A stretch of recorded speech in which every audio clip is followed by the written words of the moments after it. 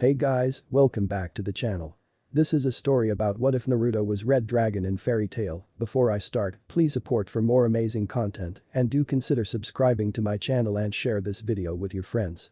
This is written by Emperador and link in the description and support writer. Let's start the video. It was a rather lively village, with children running around playing and laughing, merchants selling their goods and people generally going about their business. The people of the village were all common civilians who knew almost nothing about magic, and none of the populace had any skill in the mystical art. Except for two small children. The first child was a boy about 6 years old. He had slightly tanned skin and golden blonde hair that spiked in all directions, with two jaw-length bangs, framing either side of his face and cerulean blue eyes. He also had 6 whiskers like marks, 3 on each cheek. He was wearing a simple dark orange t-shirt and black shorts. His name was Senju Naruto. The second child was also a boy about 6 years old. He was pale-skinned and had raven black hair shaped in a wing style and coal-black eyes. He was wearing a high-collar dark blue t-shirt and white shorts. His name was Uchiha Sasuke. They were both orphans, each born with unnaturally high and potent magic energy.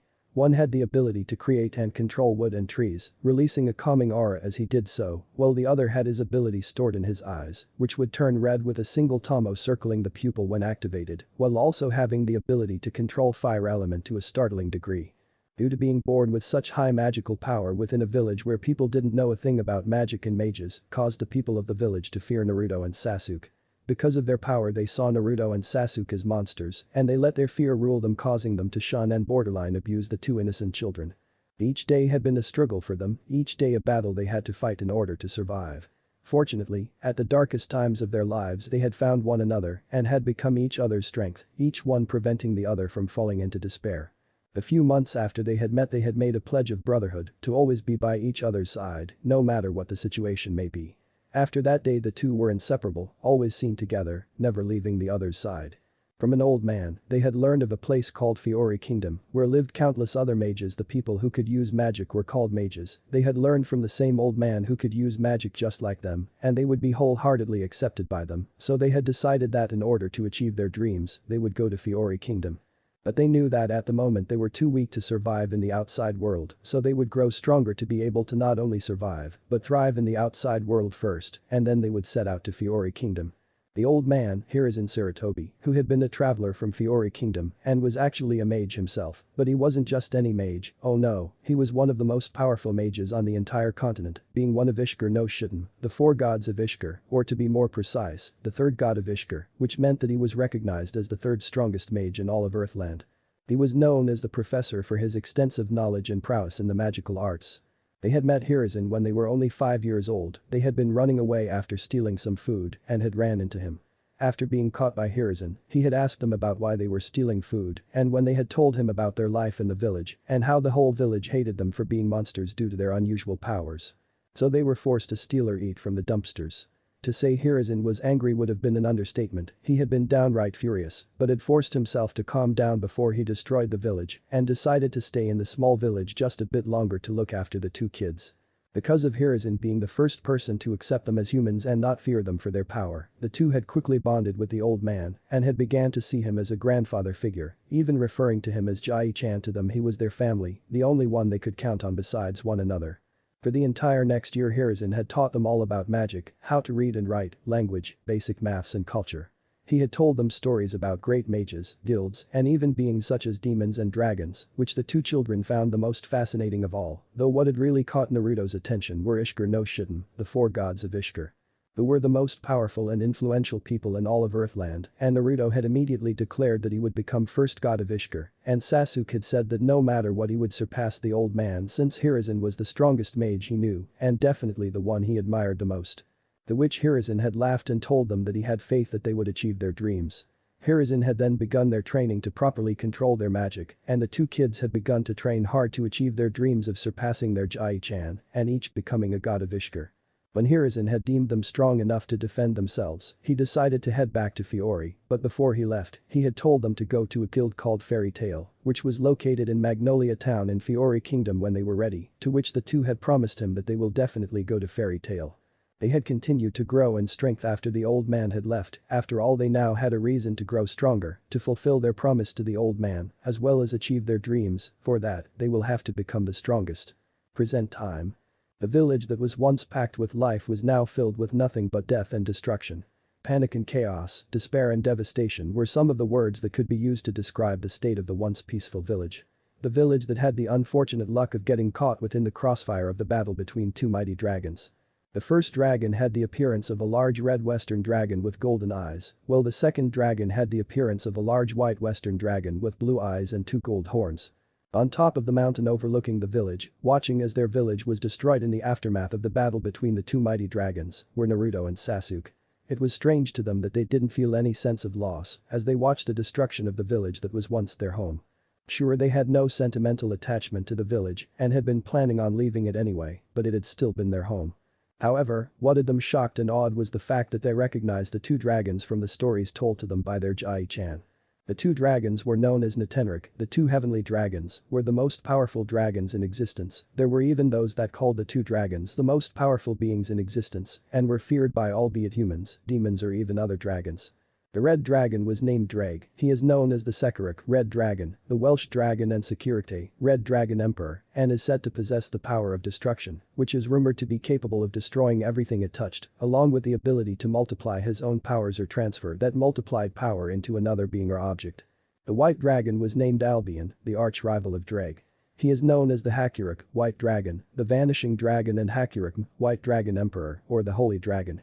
And is said to possess the light of purification or the holy white light, which is said to purify and erase darkness or cast judgment on his opponents, and the ability to divide an opponent's strength and add it to his own.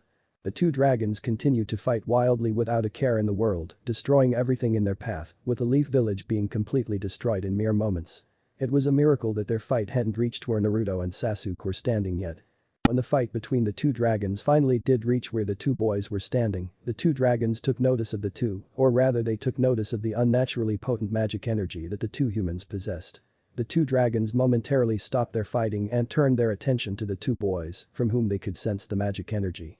Two mere humans, little kids no less, possessing such unnaturally potent magic energy, thought Drag as he narrowed his eyes at the two children, as he finally took notice of the destroyed village underneath them. And from the looks of things, they're from the village that was caught in and destroyed during our battle, yet I do not sense any hatred from the two towards us, do they not care about their village? Interesting, I have never felt such magic energy from humans before. It isn't just unnaturally high and intense, but is unique in its own way too, it is also much more potent than any other human I have ever seen. Thought Albion as he eyed the boys with curiosity.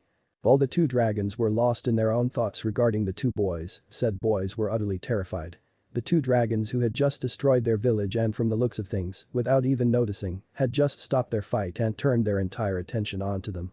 They were so frightened that they couldn't even move from their spots and just looked at the dragons with frightened looks on their faces. Drag and Albion stopped their train of thoughts and looked at the boys again. "Tell me, humans, are you from the village that was just destroyed?" asked Drag. Not trusting their voices, they just nodded their heads. "Then why don't you hold any hatred towards us for destroying your home, or do you not care about the village?" Drag was rather confused about why the two humans didn't hate him and Albion for destroying their home, for as long as Drag had known humans, they have always hated anyone or anything they had thought was responsible for their losses, which was why Drag wasn't exactly fond of humans, they were just too self-centered, so then, why did the two humans before him not harbor any hatred? Naruto and Sasuke looked at each other as if debating on what to do. After a while of looking at each other they nodded their heads. Naruto, mustering up the courage, starts to tell them about their life in the village up to this point. How they were hated and shunned by everyone in the village because of their powers, and how they had had no friends or family in the village. The two dragons were disgusted by the humans of the village. They didn't feel the least bit guilty about destroying the village, not that they had cared before. After listening to the boys' life story, the two dragons were rather impressed that the boys hadn't hated the village, despite the abuse and ignorance they suffered, for that they respected the two children before them. Then a certain thought occurred to Drag, it isn't uncommon among the dragons to adopt human children as their own and turn them into their dragon slayers. Maybe we can do the same with the two of them, they have potential to become extremely powerful mages who will be worthy of bearing the title Natenrik, not to mention with all the shit they had to go through, they deserve something better. Looking at Albion, he could see that the white dragon had also had same thought as him. Both nodded towards each other before looking at the two boys. "Tell us your names." "Senju Naruto." "Ichiha Sasuke."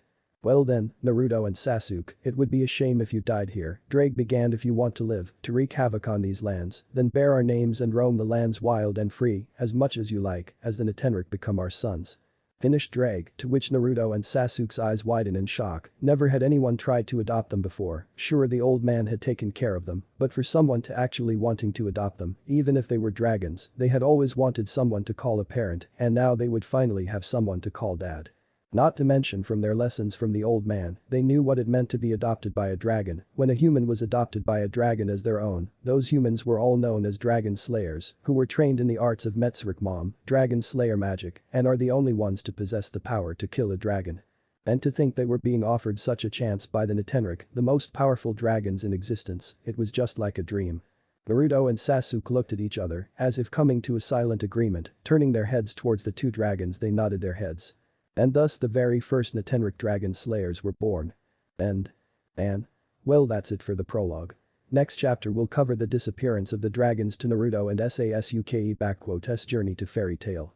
In case you didn't know, the two heavenly dragons, Drag and Albion, are dragons from the light novel in I'm High School DxD. The power of destruction is also from the same series and is the power of the Beal clan. The holy white light is STING(S) element as the white dragon slayer, but as I couldn't just have two white dragons, so I decided to give the element to Albion and have something else planned for Sting. As you can see, Naruto has the Mokuton, which I decided to give him because I wanted to keep Naruto and Sasuke as close in power as possible and without the Sharingan. Sasuke won't Beal Sasuke, and I couldn't exactly have Kurama sealed in Naruto since the Bijuas weren't a part of the plot, so I decided to give him Mokuton, and with Mokuton I just thought of giving him the Senju name instead of Uzumaki. The Tenrik Chapter 1. July 7, Year X 777. Standing on the edge of a small cliff looking over the horizon was Naruto, who appeared to be lost deep in thought. He was thinking of the events that transpired earlier that morning, or more specifically the disappearance of Drag and Albion. Earlier that morning Naruto had suddenly awoken by a bad feeling that something was horribly wrong. Now Naruto was by no means a morning person. Drag would always have to force him out of bed early in the morning to begin his training, so for him to wake up earlier than usual and without Drag having to beat his ass out of bed only made that bad feeling stronger, but he ignored it. When he had woken up he had expected to see Drag sleeping next to him since it was still a couple of hours from their usual wake-up time, but to his confusion, he didn't find Drag sleeping next to him, which was strange since he knew that Drag wasn't one to simply just go somewhere in the middle of the night. Heck, he would always let Naruto know before going somewhere. And then that feeling came back, but he ignored it yet again. Thinking that maybe Drag was with Albion because despite being arch rivals, they were still pretty great friends who were always together when traveling or just staying at a single place, so he decided to go where Albion and Sasuke lived, which was a cave just the opposite side of the mountain. However, when he got there, he had just found a sleeping Sasuke and no sign of Albion or Drag. And that bad feeling once more, and he couldn't ignore it any longer. He had begun to panic and ran outside, stopping just outside of the cave, and had stretched his senses to look for them, but he hadn't been able to sense, nor smell either of them, so he had then ran into the forest looking everywhere for them, screaming their names. He had continued to look for them for hours, but hadn't been able to find even the slightest traces of them. So after hours of searching and failing to find anything, here we find Naruto standing at the edge of the cliff lost within his thoughts. Naruto was wearing a simple black kimono top, which had the Senju crest on the back, matching black pants with a gray sash around his waist, and black sandals. He also wore a jade crystal necklace around his neck. "Where did you go, Dad?" Naruto said to himself quietly as a tear ran down his face from his left eye. "So, they are gone, huh?" Naruto didn't have to look behind him to know that it was Sasuke who had spoken.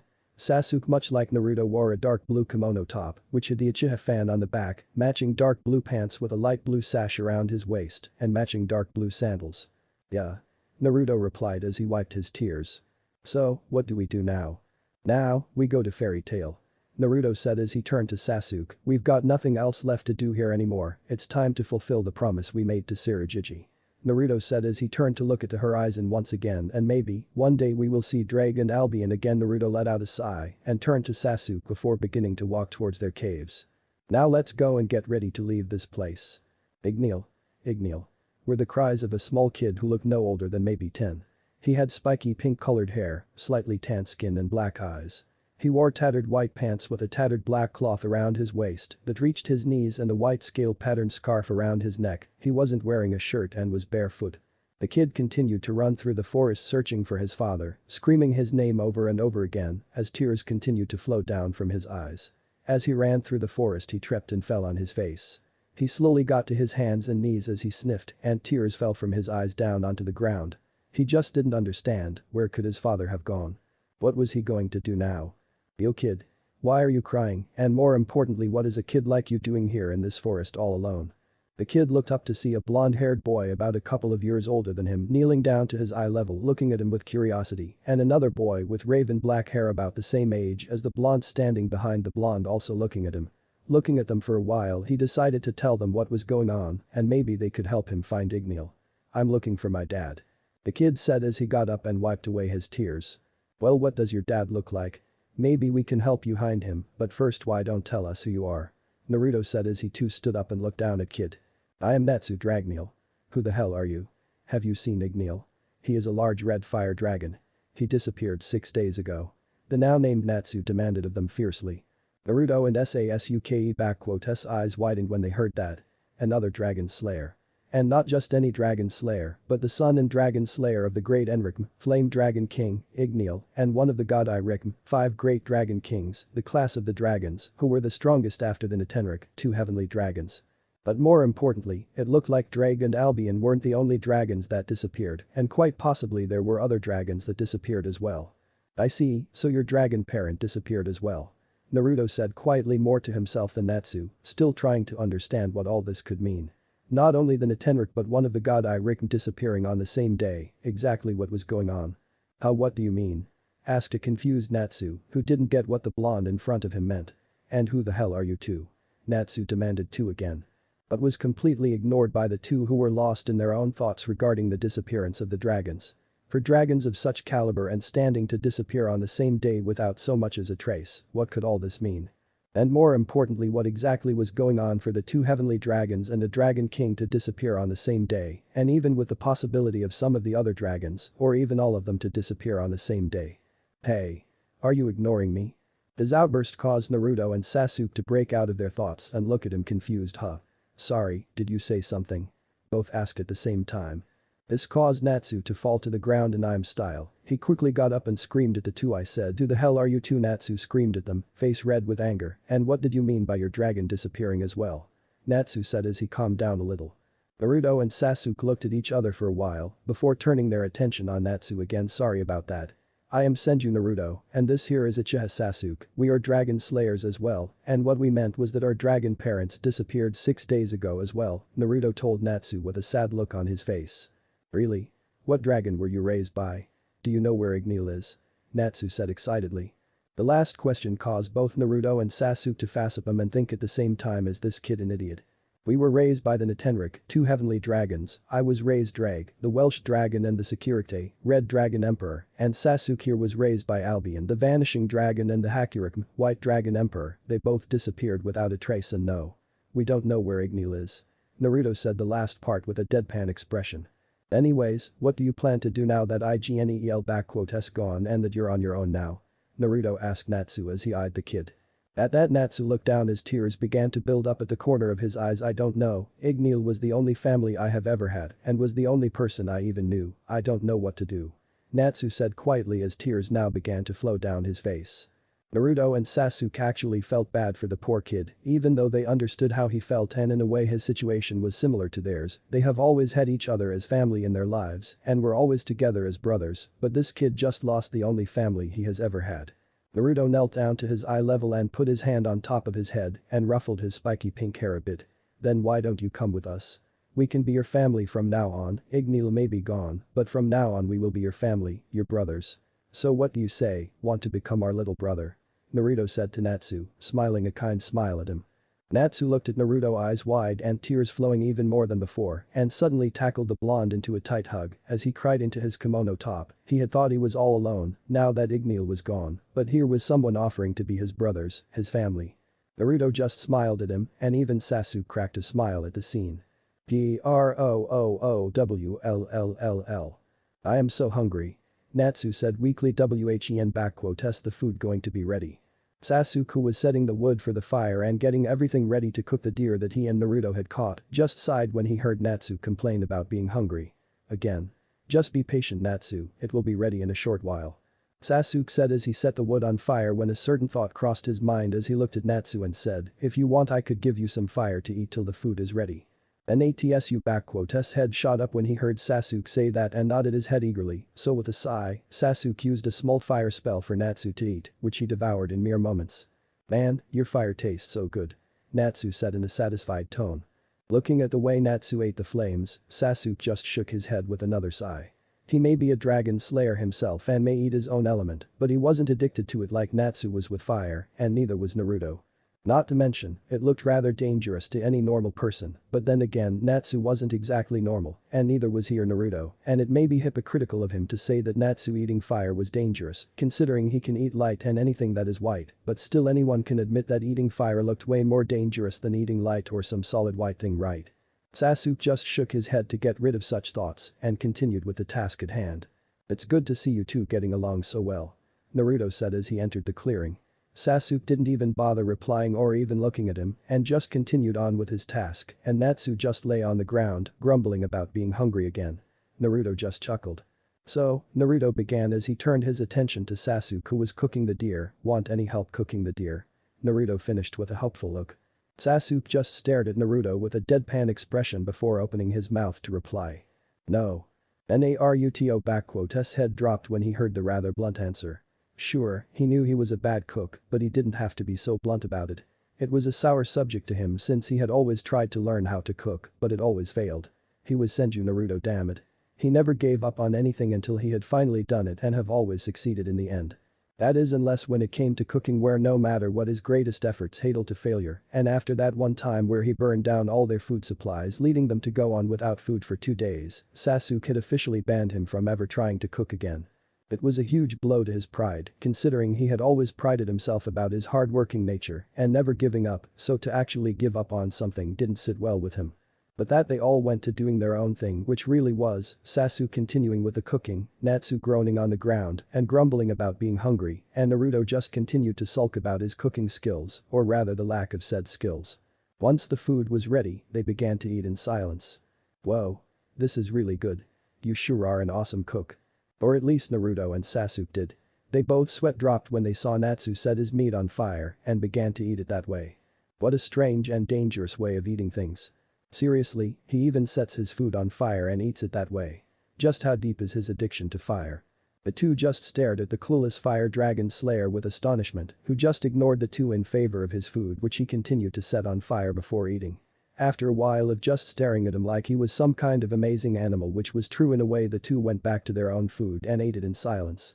After being done with his food, Natsu muttered inaudibly under his breath as he laid down on the ground and yawned loudly. "You guys will be here, right?"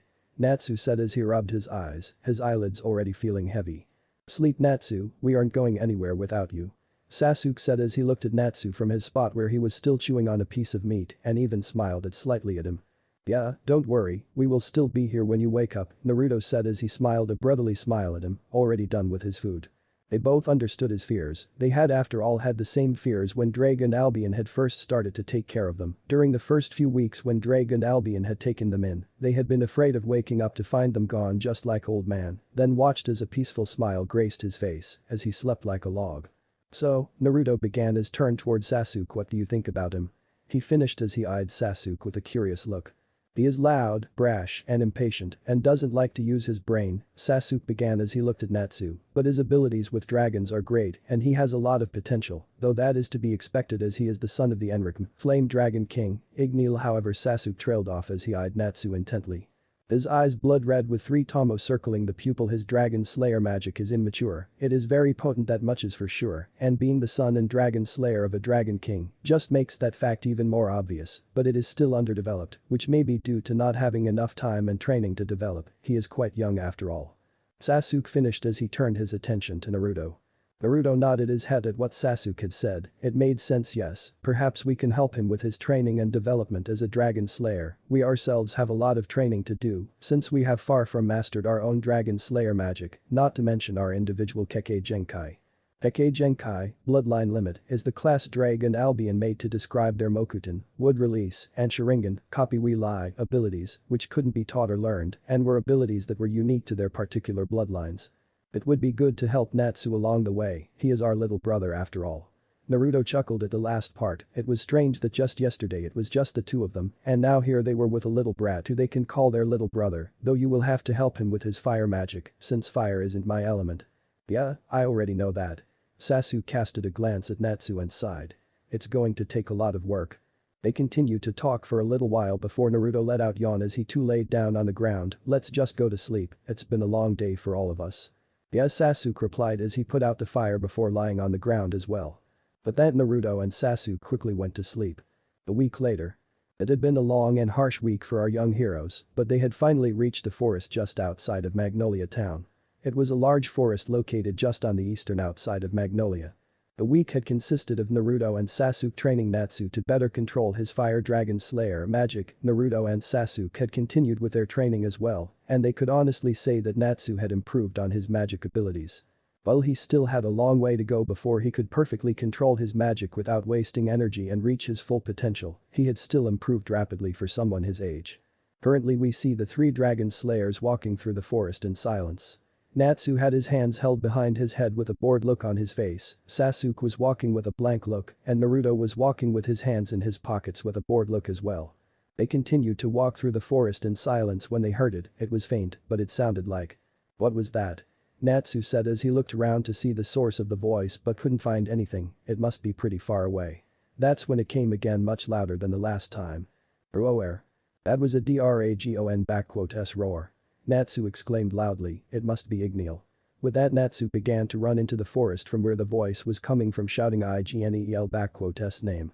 Naruto and Sasuke stood there looking at the direction Natsu just ran off to. That wasn't a dragon roar. That was. Naruto and Sasuke looked at each other before their eyes widened in recognition. Shit. They both cursed together. Natsu, wait. They shouted together as they took off after Natsu, knowing that despite Natsu being strong for someone his age, he wasn't strong enough to face off against the thing that awaited him. Natsu continued to run into the forest towards the location of the noise, with an excited look on his face, believing the roar to belong to Igneel. Igneel, it's me. Natsu yelled with a huge smile as he reached the clearing from where the roar was coming from, which soon turned to a look of horror when he saw exactly what had been giving off that roar. It was a huge green dragon-like beast. Its entire body was covered in scales, save for the milky white underside of its neck, which continued on through its stomach, and the underside of its tail. The back of the beast's legs were also milky white, and attached to its arms and sharp-clawed hands were webbed wings, which were rippled and torn. The beast's legs were hunched and muscular, with a spike extending out of each knee. The beast then turned its attention towards Natsu and roared again. Natsu, seeing that the beast was less than friendly, did the only thing that came to his mind: he attacked. Karak no HMKM, fire dragon roar. The flames from Natsu roar engulfed the beast, however when the flames cleared it showed that they didn't even faze it in the slightest. The beast then swatted Natsu away with its clawed hand, sending him crashing towards the other end of the clearing. The beast then made a dash towards Natsu again, who was trying to get up, but before it could reach him, tree roots erupted from the ground, wrapping themselves around the beast, restraining it as the beast began to struggle to free itself. Natsu looked surprised to see tree roots appearing out of the ground and binding the beast, and began look around to see who had done it, since even he knew that plants don't just suddenly appear and bind someone or something. That's when Naruto and Sasuke dropped in front of Natsu, both eyeing the beast intently as it struggled against the tree roots. Natsu? Are you alright? Sasuke asked, not taking his eyes off the beast. They both knew that despite Naruto Mokuton having the power to restrain dragons, beasts, and demons alike, it could still be broken with brute force, and brute strength was something that the beast in front of them had plenty of and could break free at any moment. Yeah, I'm fine, but what the hell is that thing? Natsu replied, shakily staring wide-eyed at the beast as it struggled against the roots, unable to take his eyes off it. It's a wyvern, Natsu, a dragon-like beast, and can be quite tough to deal with if you don't know how to. It was Naruto who answered while still looking at the wyvern intently. The wyvern then began to struggle harder against the roots that bind him, and soon enough broke free of roots and made a dash for the three, attacking with its hunched legs. Sasuke quickly picked up Natsu as he and Naruto jumped back, dodging the attack. TCH.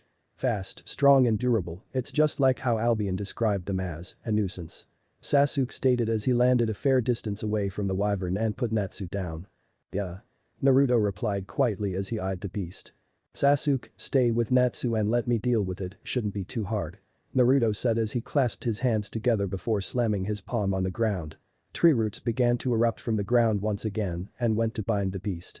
In an attempt to avoid being caught by the roots, the wyvern spread its wings and leapt upwards. However, what it didn't count on was for another Naruto to suddenly appear above it and deliver a devastating falling axe kick to the back of its neck, sending the beast crashing to the ground. The second Naruto landed on the ground beside the first Naruto. Seeing the two Narutos, Natsu began to freak out. How? Two Narutos? Just what? Natsu stammered, dumbfounded, and Naruto just chuckled at his reaction.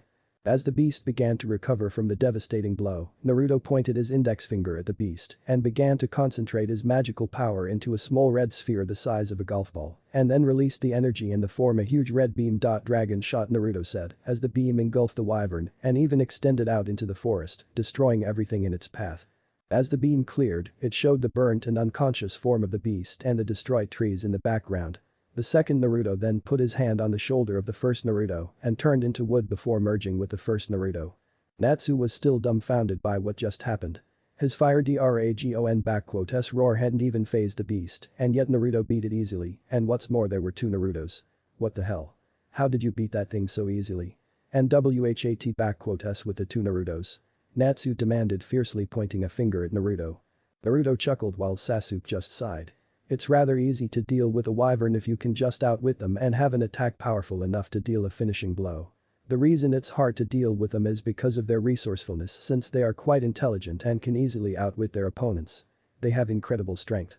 Their scales are very durable and so are able to withstand and even repel spells, and they are quite fast too.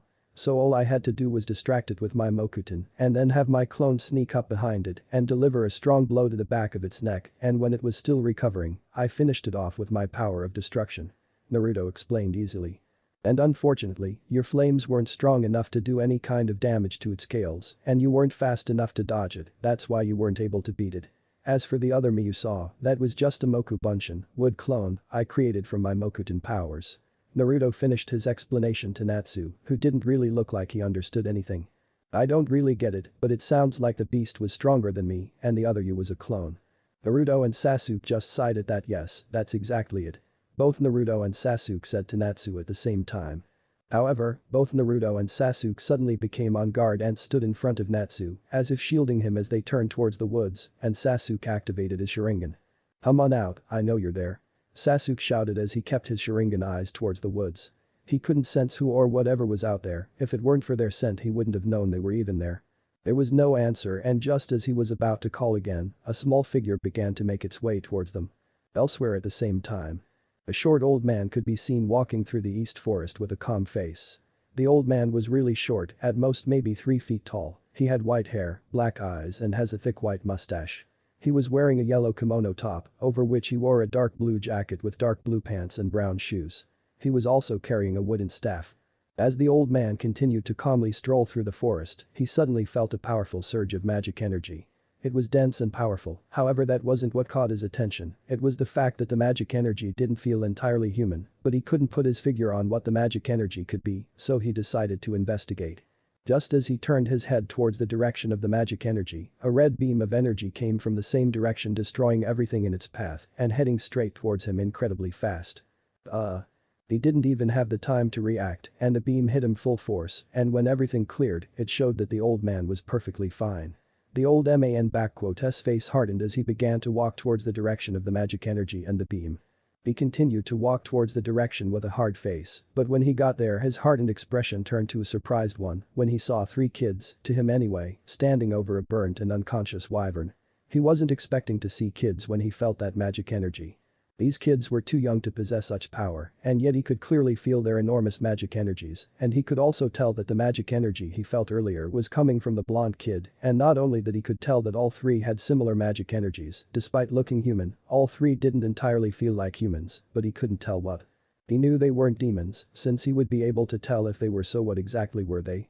He decided to just observe them for a while, however just then the older 2 suddenly became on guard and began to shield the youngest one as they turned their attention towards him. He was surprised that they found him, he was hiding his presence and magic energy perfectly, so how did they notice him? Come on out, I know you're there. He then began to make his way towards them. Since they knew he was there really was no point in hiding anymore. As he approached them he could see that they were surprised to see him. Hello kids, may I know what young children such as yourselves are doing in a dangerous forest like this? He asked them politely. Naruto and Sasuke were surprised to see a really short old man come out of the forest. They weren't expecting an old man when they picked up the scent. However, they knew not to underestimate him, considering how well he hid his power and presence, that they couldn't even sense him up close. He had to be a very powerful and experienced mage to be able to hide from their dragon senses. Who the hell are you, old man? Unsurprisingly, it was Natsu who had asked the question that was on the minds of all three. The old man just chuckled. My apologies, my name is Makarov Dreyer, the third guild master of Fairy Tail. Makarov answered and chuckled to see them surprised. Now who are you kids and what are you doing here?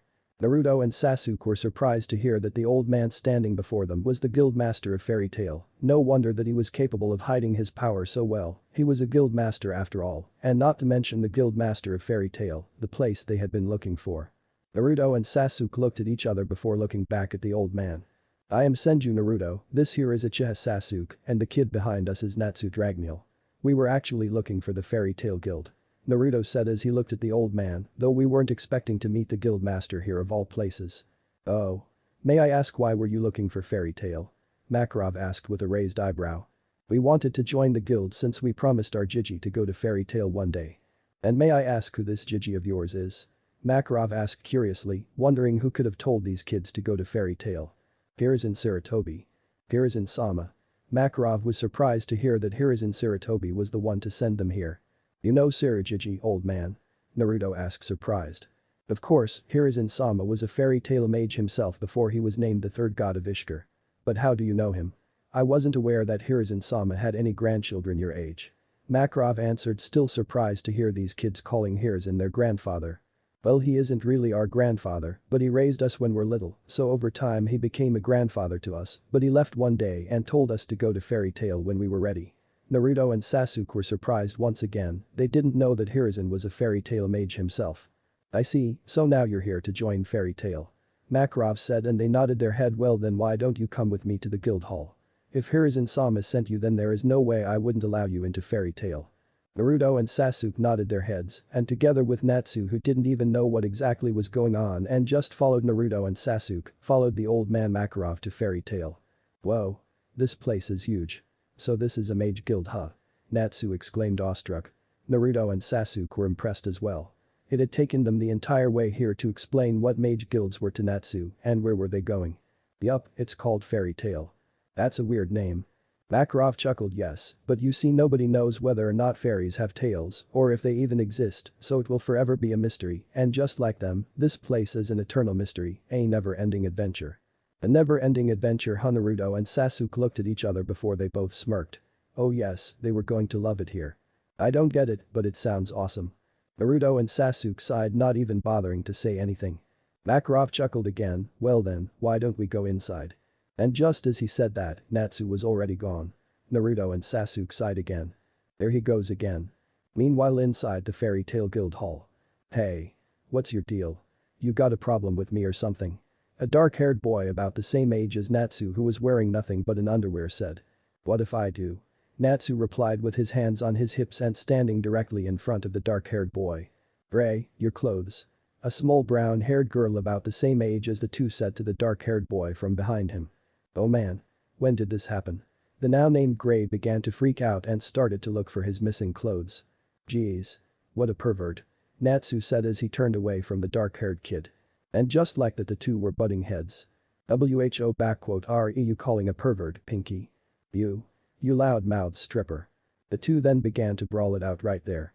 Their bickering had caught the attention of nearly everyone within the guild as they wondered who the pink-haired kid was, but they put it off for now in favor of watching the fight that was currently going on between the pink-haired kid and Gray. When they entered, Sasuke just sighed while Naruto looked amused when they saw Natsu getting into a fight within moments of coming to the guild. Sasuke then stepped forward and began to walk towards Natsu to break the fight, but just as he was about a few feet away from where Natsu was fighting the other kid, a white-haired girl about the same age as him, maybe a few months younger, suddenly bumped into him out of nowhere. Sasuke was able to keep them both from falling, and he looked down at the girl, since he was a few inches taller than her, with a raised eyebrow. Just as the girl recovered from her near fall, she noticed that she had bumped into someone who had grabbed her arm and prevented her from falling. Just as she looked up to see who, she blushed lightly when she came face to face with a black-haired boy who was looking at her with a slightly raised eyebrow. Her blush soon turned into a scowl as she yanked her arm from his grip and pointed a finger at him. "Hey. What's big deal you bumping into me?" The girl shouted at Sasuke as she pointed at him with the same scowl. Her outburst caught the attention of the guild as they turned their attention from the brawling Natsu and Gray towards the two of them. They then saw a black-haired boy standing there looking at the white-haired girl with a raised eyebrow. Sasuke's eyebrow rose even more when he heard her accuse him of bumping to her. "You bumped into me," Sasuke said, and then he walked away from her without another word to the still brawling Natsu and Gray, completely ignoring the girl. The girl began to fume with anger at being ignored. Who does he think he is? Ignoring her like that. When Sasuke reached Natsu, he chopped him on the head, making him fall to the ground face first. "What do you think you're doing, Natsu? You haven't even been here for an hour and you're already starting trouble," he said, irritated at Natsu, who sat up and began to caress the bump forming on his head as he looked down, not being able to look at Sasuke. "Oh. Come on, Sasuke, give him a break, he's just a kid." The guild then turned their attention towards the voice and saw a blonde-haired boy, the same age as the black-haired boy, walking towards the now named Sasuke and Natsu with the master walking beside him chuckling. The blonde kid was about as tall as the black-haired one and had cerulean blue eyes with slits for pupils, and much like the black and pink-haired boys, he had distinctively sharp canine teeth and was wearing the same attire as the black-haired boy except in black. And besides, it's good to have a healthy rivalry with someone his age, it will help him grow stronger, Naruto said to Sasuke as he finally reached them both and knelt down to Natsu's eye level and patted him on the head. Sasuke sighed. "It's not that, Naruto, it's just that he shouldn't be starting trouble when he just got here." Makarov had in the meanwhile reached the counter and took out a stamp before looking over at the three. "Alright, you three, why don't you come here and get your fairy tail guild marks?" he said to the three, motioning them over. Naruto and Sasuke stopped their discussion before making their way towards Makarov, along with Natsu following behind them. "Alright, so where do you want your guild mark and in what color?" Makarov asked them and turned his attention on Natsu, who was standing the closest. "I want it in on my right shoulder in red," Natsu said, pointing to his right shoulder. With an okay, Makarov brought down the stamp on his left shoulder before removing it to reveal a red fairy tail symbol. "On my left pectoral, in the darkest blue," Sasuke said as he stepped forward and moved his kimono top to show the left side of his chest to Makarov, who nodded his head and stamped on his left pectoral muscle, imprinting a dark blue fairy tail symbol, before turning to Naruto, who was the only one left. "I want it on my left forearm and in the deepest red you can." Naruto said as he rolled up his left sleeve to reveal his forearm. Makarov once again nodded his head before stamping on his left forearm, before removing it to reveal a dark maroon-colored fairy tail symbol. Naruto nodded his head, satisfied with the color. Makarov put away the stamp and stood up on the table and turned his attention towards the rest of the guild. "Alright, listens up, you brats," he addressed the whole guild. "Today we have 3 new members joining us, treat them well." The entire guild cheered and he turned his attention towards the 3 again and said, "Now why don't you introduce yourselves?" "I am Natsu Dragneel." And as usual it was Natsu who had said it, being the impatient one that he was. "Ichiha Sasuke." "Yo. I am Senju Naruto," said as he grinned at them. "Wait a minute." A dark blue-haired man said as he stepped forward. "Aren't Naruto and Sasuke your first names?" he asked, to which both Naruto and Sasuke nodded their heads. "Then shouldn't it be Naruto Senju and Sasuke Uchiha?" Naruto stroked his chin and thought, "Yeah, I suppose it should." Naruto said before shrugging his shoulders, "But from where we come from it has always been this way, reading the last name first, so it's Senju Naruto and Uchiha Sasuke, and besides it has been this way for as long as we can remember." And before anyone could say anything, the white-haired girl from earlier stepped forward and stood directly in front of them and pointed a finger at Sasuke. "Hey. Duckus," she exclaimed, pointing at Sasuke, whose eyebrow began to twitch violently at the nickname. "I challenge you to a fight." Now that caught the attention of the entire guild, especially a red-deeded armor-wearing girl about the same age as the white-haired girl, who was rather surprised that the white-haired girl challenged someone to a fight that wasn't her, the red-deed. Even Naruto and Natsu were interested. "Why would I want to fight a little girl like you?" Sasuke said, his eyebrow twitching, still irked at her for calling him Duckus. "Why? Are you afraid of this little girl?" "Duckus," the white-haired girl said with a smirk, and although she didn't show it, she was really ticked off at him for calling her a little girl. Now Sasuke was really irritated at her. Not only did she call him Duckus twice, but also said that he was afraid of her, a little girl, and that's when he exploded. "That's it? You want to fight? Why oh you VE got one, let's take this outside," he said as he stormed outside with the white-haired girl following him. Naruto and Natsu were surprised to see such a reaction out of Sasuke. Though Naruto somewhat understood, Sasuke was always a prideful person and not only calling him Duckus, which he really hated, but also saying that he was afraid of her, someone who he knew was weaker than him, was a blow to his pride. The entire guild began to fill out to watch the fight and bets were already being placed, though most of them were on the white-haired girl winning. They were all standing to the side and talking among themselves about the upcoming fight and who would win, but more importantly what the new kid was capable of. Naruto and Natsu were standing a little bit away from crowd. They were interested to see what a fairy tale mage could do, despite knowing that Sasuke was going to win. Who do you think is going to win? The same brown-haired girl from before asked Gray, who was standing beside her still only wearing an underwear. Of course Mira is going to win, she's practically a demon. Gray replied with a shiver at the thought of a demon Mira. I don't think so. A tall blonde-haired boy with had a distinctive lightning bolt-shaped scar on his right eye said. Laxus. Mira is going to lose. Now that caught the attention of everyone as they turned towards the blonde boy, even Naruto and Natsu. Meanwhile Sasuke and the now named Mira were standing in front of each other, looking at the other with calculative gazes. Are the two of you ready? Makarov, who was the referee for the match, asked the two. Sasuke merely closed his eyes while Mira got into a fighting stance as they both nodded their heads. Begin. Sasuke immediately opened his eyes, showing two blood-red eyes with 3 tomo around the pupil. Mira was surprised to see his eyes change from the previous coal black to these red ones. She had to admit that she found those eyes unnerving. She immediately casted a magic circle around her arms, transforming her forearms and hands, which changed into more demonic-looking arms, becoming covered in green scales and each sprouting a fin-like protrusion on their outer sides. She then dashed forward toward Sasuke, who just stood there waiting for her, and when she reached him, she aimed a punch to his face, which Sasuke avoided by sidestepping before tripping her, causing her to fall to the ground face first. This caused Mira to become really angry. She quickly got up and aimed a kick to his head, which Sasuke dodged by leaning backwards. She then aimed a punch to his chest, which he caught and then kicked her in the stomach, sending her crashing away. She slowly got up and glared at Sasuke before dashing towards him again as she raised her hand and cast a black-purple magic circle right in front of Sasuke, who was then blasted to the other end of the training ground. Sasuke slowly began to recover from the blast. He had to admit that packed quite a punch. However, Mira wasn't done. She jumped into the air and held her hands together, with a dark-colored sphere gathering on her palm. Evil explosion. She fired it at Sasuke. The result was an explosion.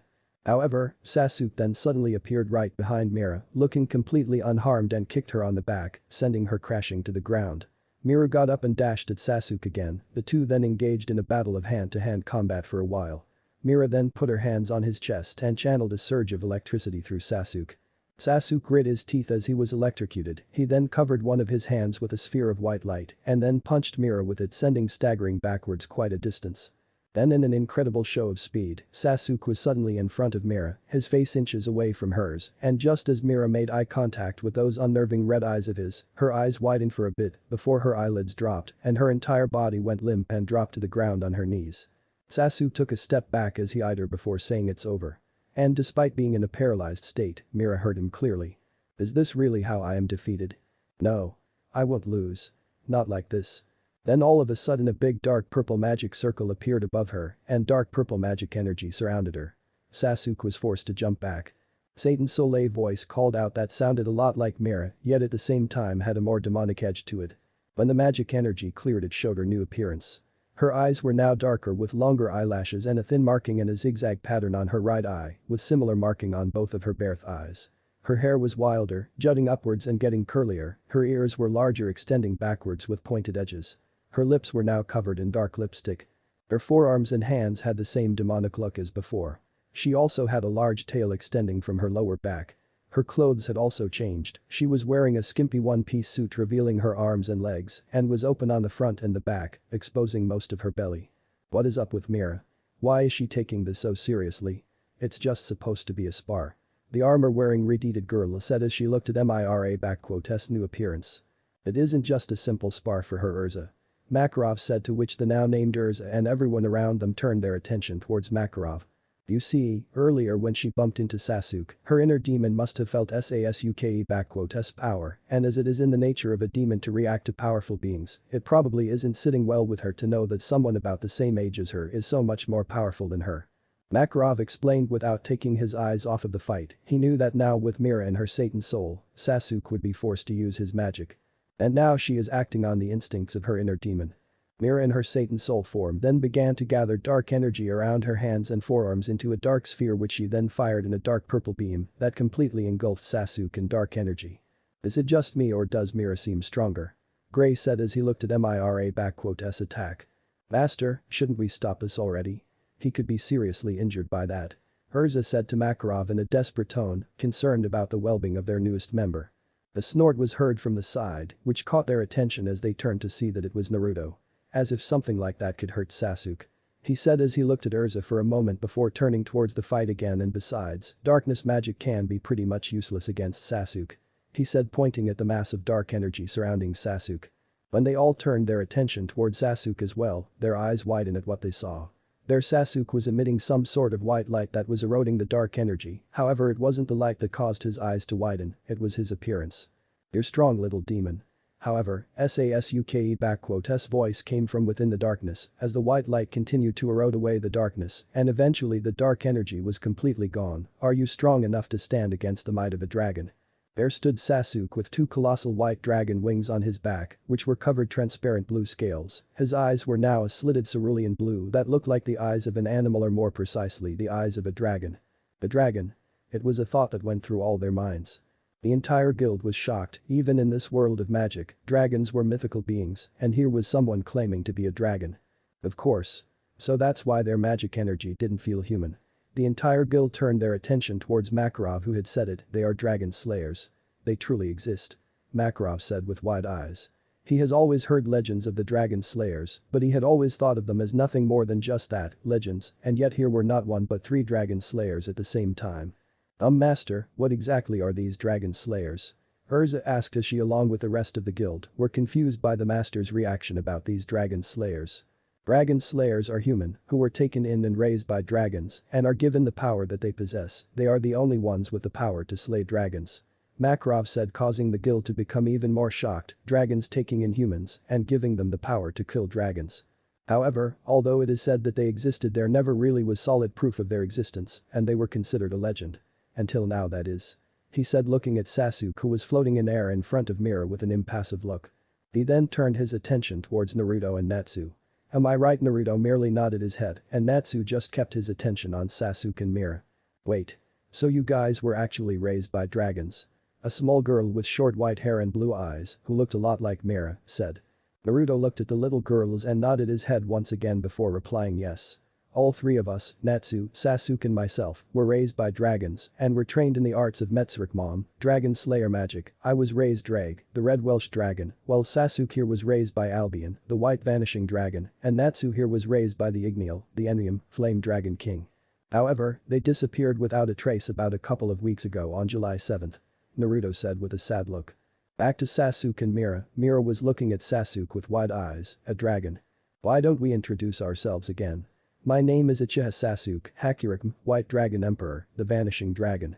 Sasuke said to Mira without taking his eyes off of her as he waited for her to introduce herself. "Wait, why is he calling himself the Vanishing Dragon? Isn't he just the Dragon Slayer?" Urza asked Naruto. "We also share the same title as the dragon who raised us, since we not only have their magic but their traits and similar physiology as well," Naruto answered with a shrug. Mira broke out of her stupor and replied, "Mirahin Strauss, take over mage." "Well then, Majin, demon, I think it's about time we ended this fight." "My thoughts exactly."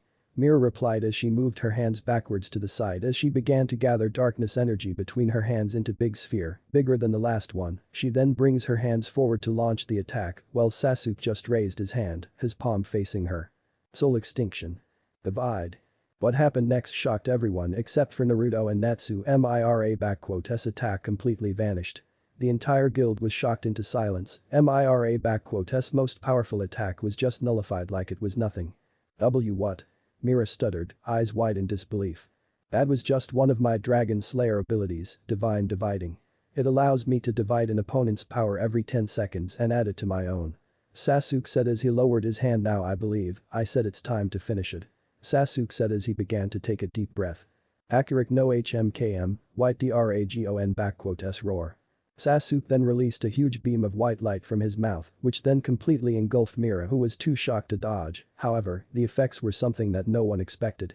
The white light began to forcefully change Mira back to her human form, and by the end of it, Mira was completely reverted back to her human form. She looked at Sasuke with wide eyes along with everyone else within the guild, not believing what they had just seen.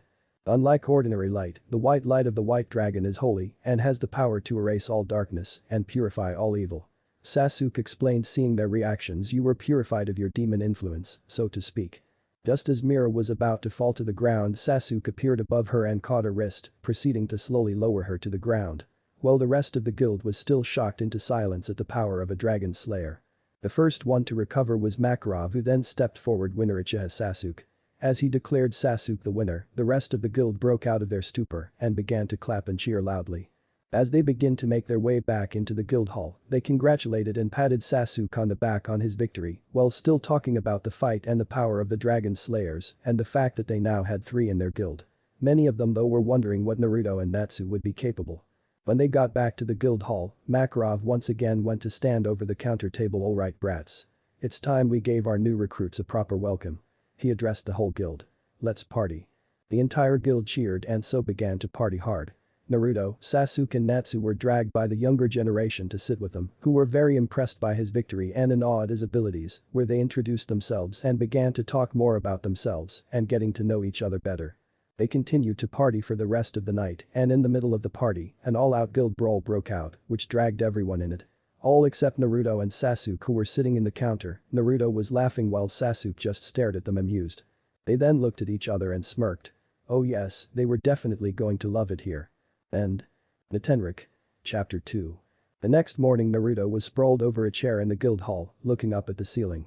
Beside him was Sasuke, who had his arms crossed in front of him as he lay his head on them with his eyes closed, appearing to be asleep, though Naruto knew that he was awake. While sleeping on the table was Natsu. They sat in silence for a while before Naruto finally addressed Sasuke. Sasuke. Bei-chen. We need a job. Bei-chen. With another grunt, Sasuke opened his eyes before slowly sitting up, resting his forearms on his thighs as he heaved a sigh. He was still tired as he hadn't gotten much sleep last night due to all that partying that had gone on for most of the night and was sure that Naruto was also. He had to admit though, those guys sure could party. Looking around, he saw that the guild was already back to its energetic self, as if they hadn't partied hard all night long. Turning his head, he sighed again, those guys sure were energetic. Now normally he, Naruto or Natsu wouldn't be any less energetic, in fact he was certain they would have been far more energetic than the rest of the guild. Well, they are dragon slayers after all. Despite having the form of a human, their body composition was closer to that of dragons than humans. As such, they have greater stamina and energy than normal humans, however being constantly on the move for more than 2 weeks, dragon slayer or no, they were bound to be tired. Still though, it was nothing that consuming their elements wouldn't cure. Right when he was about to give Naruto a reply, another voice called out from behind them. Thinking of taking on a job request? Naruto and Sasuke turned to the direction of the voice surprised and saw Makarov standing a few feet away from them with his hands behind his back. Gramps. Good morning kids. Makarov greeted them in a cheerful tone. Naruto and Sasuke blinked as they got over their initial shock at his sudden appearance before greeting him back. It was still surprising how he could easily sneak up on them without either of them noticing. Yeah well, Naruto said once again as he and Sasuke fully turned to Makarov, we have absolutely no money whatsoever and we really need it, so. Ah yes. I take it you need money for a place to stay, food and such. Makarov stated as he stroked his chin. That and clothes. Ours can do for now, but Sasuke trailed off as he cast a glance at Natsu. Natsu could really use some new ones. He said, which got Naruto thinking, seeing as it wasn't just Natsu who needed new clothes, both Sasuke and he also needed some new ones as well, seeing as these were the only set of clothes they had and they couldn't keep wearing them forever. I thought as much, Makarov said, though more to himself than the two, as he brought a hand forward from behind his back, which held a piece of paper in it, so as such, I already took the liberty of picking out the job request that would be best suited for your abilities. He finished as he handed the flyer over to the two. It's an escort and guard request. Sasuke stated as both he and Naruto looked over the flyer. Makarov nodded his head.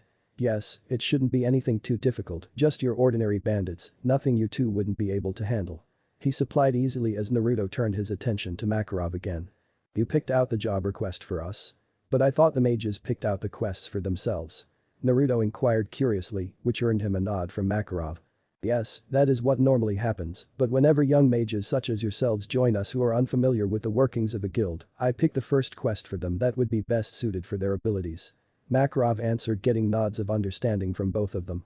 Now, seeing as it's your first quest, I think it would be best if you took someone with you." Makarov paused as he began to look over the guild before apparently spotting who he was looking for. "Take Urza with you. She is a responsible young lass and quite capable as well," he said, pointing to where said Redeed was standing, arguing with Moraine.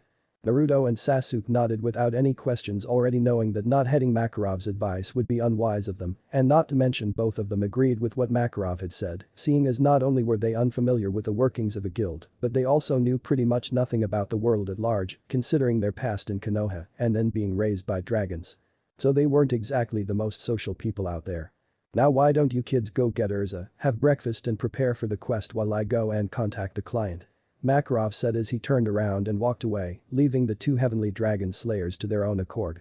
Meanwhile, said dragon slayers looked at each other as if having a silent conversation before looking at the still sleeping Natsu, then back at each other before heading towards Urza. "That escalated quickly," Naruto said as he moved his body to side as a table flew past him. "Yes," Sasuke agreed from beside Naruto as he tilted his head to the side, dodging a mug that came hurling towards his head.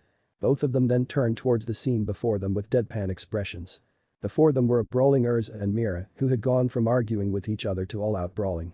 Even though they were fairly new to the guild, having joined just yesterday, they had quickly figured out that Urza and Mira were hardcore rivals, bashing heads at every little thing, so it was no surprise to them that the two went from having a simple argument to fighting in like no time flat. The two continued to look on at the brawl with deadpan expressions before Naruto decided to comment on it. "You know," Naruto said, catching Sasuke's attention, "I bet Urza is gonna win." "Oh, and what makes you say that?" "I fought Mira and know that she is pretty strong." Sasuke rebuked, already having a feeling as to what he was going to say. And that hunch turned out to be true when Naruto spoke again. "Well, Causc Urza is a Redeed and Mira has white hair and everyone knows that red is stronger than white," Naruto answered as if it was the most obvious thing in the world without even taking his eyes off of the fight. Sasuke eyebrow twitched at that. "Are you implying something?" he asked with his Sharingan activated and his eyebrow twitching. He had already figured that that was what Naruto was gonna say, but he still couldn't help but be ticked off by his implication. "I think you already know what I mean," Naruto stated as he turned to Sasuke and looked at him right in the eyes as a smirk played on his lips.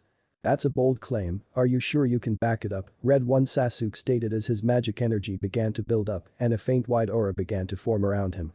"Why don't you come and find out for yourself if I can back it up or not, White One?" Naruto exclaimed as his magic energy also began to build up along with a faint red aura beginning to form around him.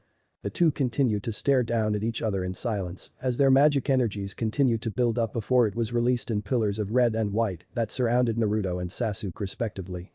Magical pressure began to build up within the guild hall as the wooden floor and the walls began to crack from the pressure as the two dragon slayers just continued to stare down at one another, neither one of them saying a word anymore. Face-off continued for a little while as the two just stared down at each other and just when it looked like a fight was going to break out then and there, when both have suddenly stopped and blinked as their magic energies disappeared altogether and the two turned to see the entire guild watching the two intently in silence. Even Urza and Mira had stopped fighting and were staring at them. Is something wrong?" Naruto said, a little confused as to why they were all staring at them like that. Naruto's blatant disregard to the fact that he and Sasuke were just about to fight it out caused the entire guild to face vault to the ground. "What the hell do you mean is something wrong? Weren't you two just about to fight?" Mira, who recovered first, screamed at the two in pure exasperation.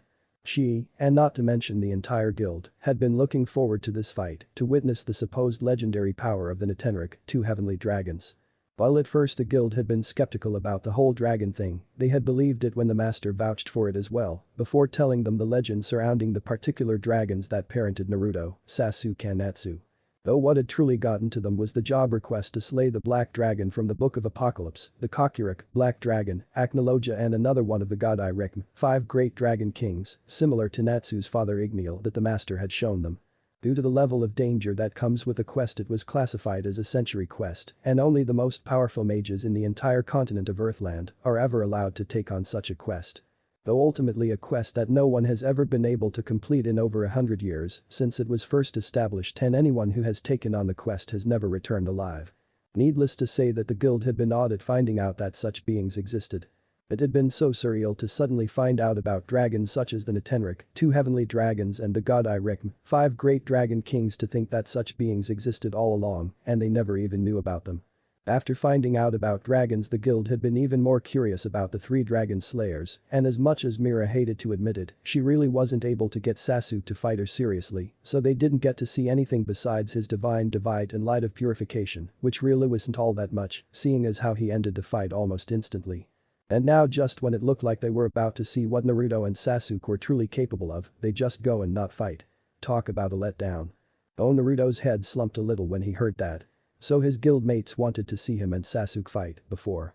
Ahahaha.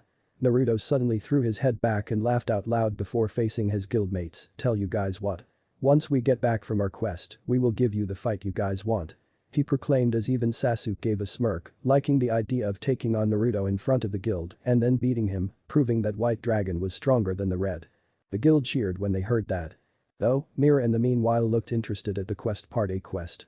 She said as she looked down to see a flyer in Sasuke's hand. Perhaps they're gonna chase that damned cat. She almost grinned at the thought of Sasuke and Naruto chasing that damned hellcat. Her eyebrow twitched slightly as she recalled herself chasing that cat on her first quest. Needless to say, she had come to hate that blasted thing with a passion. Then in one swift movement she snatched the flyer from Sasuke's hand and looked it over. It wasn't what she expected. Escort and guard duty. She read and raised an eyebrow before looking at the 2 in front of her. She knew that it was most likely the master that picked up the quest for them, seeing as he also picked up her first quest as well, but still an escort and guard duty for a first quest wasn't what she expected. She had expected for them to get the capture Tora the cat quest, but instead they get an escort and guard quest. Though if she were to be honest with herself, she knew that the quest was right for them. Sadly though, she wasn't. You think that you can handle it? She asked Atua as she held up the flyer. Quests like these aren't usually what they look like. Sasuke looked at her with mild irritation. Was she implying they couldn't handle a few bandits? If you were able to survive them for as long as you have, then I think we are going to be just fine. He replied as he snatched the flyer from her hand. After all, you didn't even stand a chance against me alone. He added as he smirked at her. His response caused her to get really mad as she didn't like to be reminded of her loss before she lashed out at him, but Sasuke reacted accordingly, put his hand on top of her head and held her at arm/s length, and since his arm was longer than hers, all she could do was scream at him and attempt to claw at him. Just what I get for trying to give an asshole like you a useful advice. She screamed at him as she continued with her attempt to claw him. Oh, and what advice was that? Sasuke asked back with a lopsided smirk on his face. That on quests such as these the clients often tend to hold back crucial information that causes the quest to be more trouble than they are worth. She screamed at him before she stopped and jumped back from him and pointed a finger as she smirked at him. But I can't expect a caveman like you to understand that now, can I? She stated pointedly at the fact that he was literally raised in a cave with a dragon. Why you? Okay, that's enough, there will be no fighting within the guild hall. Urza, who had till that point been just watching the 2 silently besides Naruto, who was also watching the whole thing in silent curiosity, decided to interfere before a fight broke out. Both Naruto and Sasuke sweat dropped at her and thought at the same time, wasn't she fighting with Mira just now? Well, Mira simply scoffed at her and looked away. Now did you 2 needed something? Urza asked the 2 boys before her. Yeah, Gramps wanted us to ask you to accompany us on our first quest. It was Naruto that answered her. Very well, let's go then. Urza said to the 2 as she stepped away from them and started to walk towards the counter, and the 2 boys followed her shortly, leaving a still irritable Marahin behind who then walked off towards her siblings. While they began their walk towards the counter, Naruto turned towards Sasuke. Hey man, Naruto addressed Sasuke once he turned to him. What's up with you and Mira? You aren't usually one to get worked up like that. Naruto asked him curiously as he hadn't seen Sasuke get so easily irritated like that ever.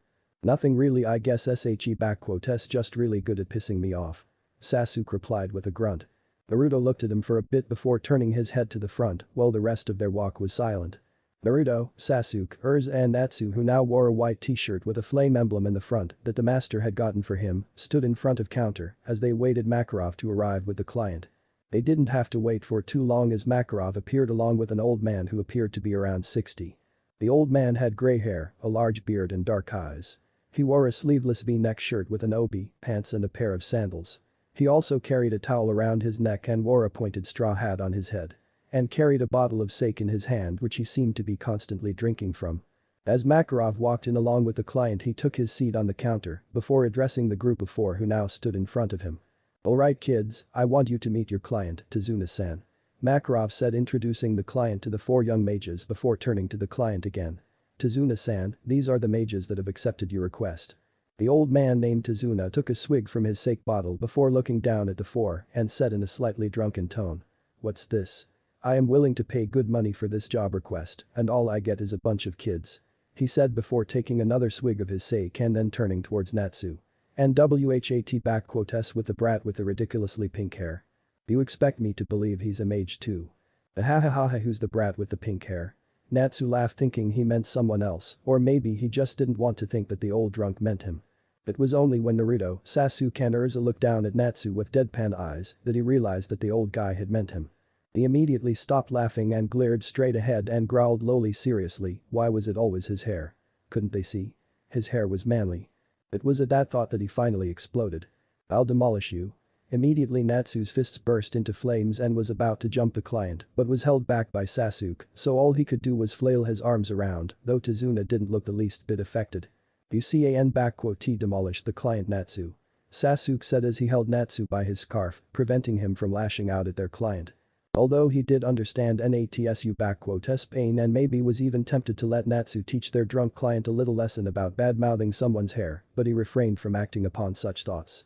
Though that didn't mean he would stay quiet and let him say anything he wanted. "And you? I advise you refrain from saying such things. We may be young, but we are more than capable of handling ourselves," Sasuke stated to Tazuna with a hard look with his Sharingan, copy we lie, releasing some of his magic energy to prove his point. Tazuna was taken aback by the sudden magical force bearing down on him and couldn't help but flinch a little from the look he received from those red and black eyes, though it was to be expected from a civilian who was seeing magic for the first time in his life. Anyways, he began to say shortly after recovering, as you already know, I am Tazuna, the Supermaster Bridge Builder, and I expect you to protect me with your lives. Right after he introduced himself, Urza stepped forward. It's nice to meet you Tazuna-san, I am Urza Scarlet and this here is Senju Naruto, Urza said, gesturing towards Naruto standing to her side as she introduced him, who just gave a nod, and the two over there are his brothers, Uchiha Sasuke and Natsu Dragneel. She finished as she pointed towards Sasuke and Natsu, both of whom remained silent. Alright, seeing as the pleasantries are out of the way, Makarov began gaining their attention. I trust that you've gotten the details of the quest down, he asked, getting nods from the mages. Well then, here are the train tickets that Tazuna-san got for you, Makarov said as he took out some train tickets and handed them over to Urza. Meanwhile, Naruto, Sasuke and Natsu blinked, then turned towards Makarov and Urza confused before saying at the same time. What the heck is a train? Time skip. Magnolia train station. Whoa. Sasuke, Naruto and Natsu looked at the thing before them in wonder with their eyes wide and mouths open. So this is a train? Naruto asked, still looking at the train as all along with his brothers. Seeing their reactions, Urza couldn't help but laugh. She might have expected such a reaction from Natsu, but for the seemingly mature Naruto and Sasuke to also look so awestruck was so unexpected. Tazuna though didn't look the least bit impressed by their reaction to something as trivial as a train. What's with those looks? It's just a train, he said before he looked at the three boys and scoffed. You really haven't seen a train before. Where have you been living? In a cave? Well. Urza silently laughed to herself again when she heard that, because they really had been living in a cave. Tazuna though wasn't as amused and couldn't help but scoff again. Well whatever, let's just go and board the train already, he stated as he started walking towards the train. He really didn't feel like dealing with kids that looked like they just got their favorite toys for their birthdays. At this, the three dragon siblings started to excitedly follow the bridge builder to board the train for their very first train ride, while Urza followed in a much calmer pace, still laughing to herself. It didn't take long for them to board the train and find the compartment they had booked. Once they found the compartment and settled their luggage, they took their seats. Naruto, Sasuke and Natsu took one row with Naruto sitting by the window, Natsu in the middle, and Sasuke sitting at the edge, while Urza and Tazuna sat at the one in front of them. The three dragon slayers all wore excited grins on their faces as they looked all around the train in amazement. All three of them were really excited about their very first train ride, and they could just tell that it was going to be awesome. So, all we have to do is sit here and it will take us to where we want to go, Natsu asked as he practically bounced in his seat in pure excitement. Urza giggled a little at this before answering him with a nod. That is so cool. Just then the train whistled before a short announcement was made for departure as the train prepared to depart, which caused the excitement of the three to grow even more. Finally, the three siblings thought at the same time as the train finally started to move, although it took only about a minute since the train started moving for their excitement to completely evaporate, their grins to melt away and their faces to start paling. What? Was it supposed to be like this? I think I am about to lose breakfast. Urza blinked. What's the matter you guys? She asked, wondering what was wrong with the three dragon slayers. Even Tazuna looked a bit confused. Immediately Natsu put an arm around his stomach and covered his mouth with the other hand. I think I am about to throw up. Naruto, who looked like he wasn't faring much better himself, put a shaky hand on Natsu's back. Just hang in there, Natsu. He said shakily as he rubbed Natsu back. Even Sasuke, although he tried not to show it, didn't look much better as he was sweating hard all over and was taking labored breaths. Seeing the condition the three were in, Urza became worried and went over to the three to check on them. Hey, what's wrong you three? She inquired worriedly but got no response. Are you alright? She asked again as she continued to check on them. Tazuna in the meanwhile groaned and palmed him face. Great, motion sickness. This trip just got a lot more troublesome. Argent train station. Back, I am never riding one of those again. Naruto commented as he stood by the platform after stepping out of the train while carrying Natsu on his back, who was still too weak to move about, while Sasuke stood leaning against a pillar facing the sun as he took deep calming breaths. Naruto had been the first one to recover due to his great regenerative abilities, though sadly Natsu wasn't as lucky. It would have been good if he could just eat some fire, but seeing as how Sasuke also wasn't feeling all that good either, and none of the others knew fire magic, all Natsu could do at the moment was rest. And while it may appear that Sasuke was just taking deep calming breaths, he was also consuming the light from the sun to restore his strength. Although normally with Albion warning Sasuke against it, he wouldn't dare consume the light of the sun. In his current weakened state, Sasuke had no choice but to consume it to restore his strength. Now to many it would seem weird that a dragon slayer of light wouldn't consume the light of the sun. They seem to forget that the energy of the sun is simply too great to be contained in a human body, despite the dragon properties. The fact that Sasuke is even able to consume it alone is a feat in itself, although in order to consume it, Sasuke has to solely focus on the consumption, since if he consumes too much his body won't be able to contain it and might just self-destruct. So if he is to consume the light of the sun, he has to concentrate on the right amount of light for his body to contain and convert into energy. Alright, I think I have recovered enough. Sasuke stated as he stopped leaning against a pillar before approaching Naruto and Natsu. Why don't you put Natsu down, Naruto? I'll use a fire spell for him to eat so he can recover. Naruto nodded before turning his head to Natsu. Hey Natsu. Are you awake? Hearing this, Natsu opened his eyes and gave a small nod. Alright, Sasuke is gonna give you some fire to eat, so I'll put you down, okay? Natsu nodded again. Naruto then proceeded to put him down and stepping back as Sasuke moved forward before standing a few feet away from Natsu, who stood waiting, while Tazuna looked on wondering what was going on and Urza already having an idea as to what they were doing. Sasuke then put two figures over his mouth and took a deep breath. Kaiten. Nkakik no Jutsu, fire release. Great fireball technique, a magic circle appeared in front of his mouth before Sasuke breathed out a great amount of flames that headed towards Natsu. What is he? Tazuna began shocked, but before he could even finish what he was trying to say, his eyes widened even more when he saw that Natsu was actually eating the flames. What the hell, he's actually eating fire. It's the traits of the fire dragon. Urza stated calmly as she watched Natsu eat the flames from Sasuke with her arms crossed over her chest. Tazuna turned to look at Urza when he heard her speak, still quite shocked, and only muttered a single word. Dragon. Urza nodded. Yes, Natsu is a fire dragon slayer. Which means, he has the stomach of a dragon that allows him to consume fire, he has the lungs of a dragon that allows him to breathe fire, the scales of a dragon to dissolve fire, the claws of a dragon to attack with fire. Basically, although he is human, he has all the traits of a fire dragon. Seriously, that pink-haired brat is actually that amazing? Tazuna said in disbelief as he watched Natsu finish the last of the fire before the three turned towards him and Urza.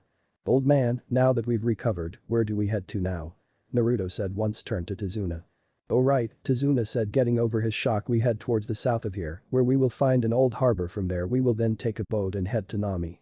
Naruto and the others nodded before all of them collected their luggage and headed towards the south.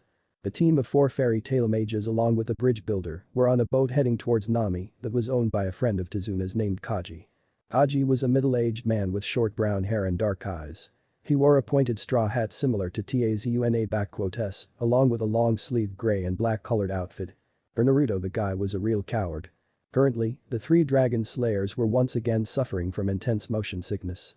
Naruto was hanging by the side of the boat with his hands touching the seawater, while Sasuke was leaning by the opposite side, once again facing the sun, and Natsu had been put to sleep by Sasuke when the motion sickness caught up to them when they first entered the boat to make the journey easier for him, seeing as how between the 3 of them, Natsu had the least resistance to motion sickness due to his young age. The trip was mostly silent due to Kaji reprimanding them for making too much noise, not that there would have been much noise to begin with, what with the 3 dragon slayers out of commission due to their motion sickness and Urza and Tazuna opting to remain silent. As they continued on with their journey and got closer to Nami, a long and wide bridge came to view. Looking at the bridge, Urza couldn't help but be impressed before turning to Tazuna and asking. "Is that the bridge you are building, Tazuna-san?" Tazuna looked up at the bridge before replying yeah, he began almost absent-mindedly before continuing. "What do you think?" Super AI and backquoted. It is quite nice." Urza said as she nodded her head while looking at the bridge. During the conversation, Naruto looked up at the bridge and even Sasuke cracked open an eye and looked at the bridge, both of them were impressed and considering the first impression they got from the old bridge builder, it really came as a surprise that the old drunk could actually do such impressive work. He wasn't just all talk after all. "And nice." Naruto commented weakly as he gave a thumbs up before returning to his previous position. "Chan." Sasuke merely grunted and closed his eye again. All of them once again fell silent as Kaji continued to row the boat making their way to Nami. Forest near the edge of island of Nami. After Kaji had taken the group to a remote edge of the island of Nami, he had refused to take them any further than that before wishing the group good luck on their journey, he had turned and left. So now, the group was walking along a pathway from within a forest in the island of Nami. They continued to walk in silence with Naruto and Sasuke walking at the back of the group and Urza and Natsu walking by Tazuna's side as they asked Tazuna questions about Nami and what it was like there or were there any guilds or no and such. As their walk along the pathway continued, they passed a small puddle of water which caused Natsu to suddenly look up and turn towards Naruto and Sasuke and just as he opened his mouth to speak, Naruto put a finger on his lips, silently telling him to stay quiet. Natsu of course was confused but did as he was told and stayed silent. As they walked a little further away from the puddle, a pair of shady-looking guys slowly and silently rose from it as they inspected the group a little before jumping towards the group and going straight towards Naruto and Sasuke before using the long shuriken-style chain to attempt and bind the two of them. Though Sasuke having anticipated the attack and with the use of his Sharingan predicting their movements, jumped and avoided getting caught, Naruto on the other hand. "What?" was all he could say before he was shredded to pieces. Urza, Natsu and Tazuna turned when they heard the commotion and just when they did they saw Naruto get sliced to tiny pieces as his remains fell to the ground, picking up dust. This caused all 3 of them to be frozen in shock and utter disbelief at what had just happened. "One down," one of the shady guys said before he jumped towards the frozen Natsu and Urza, who in their frozen state couldn't react in time. Though just as the guy was about to strike the 2 down, his eyes widened before turning his head to the side to see Sasuke right beside him with his right fist raised that was emitting a white glowing light and looking at him directly in the eyes. "Akira Ken, White Dragon's fist." Sasuke calmly said before punching the guy in the face. Just as Sasuke's fist made contact with his face a white light was released which impacted into the guy with a great force, sending him flying away and slamming into a tree, breaking it in 2 before falling to the ground unconsciousness. The other shady guy looked shocked that his partner was taken out so easily, but decided to get rid of their target first, so he rushed towards the bridge builder. Sasuke saw this and narrowed his eyes, but didn't make a move, while Urza and Natsu having come out of their frozen state, were still too shocked to move and could only watch as the guy came closer to the client they were supposed to protect, who was also too shocked to move. But before the guy could reach the bridge builder a voice called out from above. "Sekiruk no, red dragons." Hearing the voice all of them except Sasuke looked up and their eyes widened when they saw Naruto coming down towards the guy with his fist raised that was emitting some sort of ominous blackish red glow. "Ken."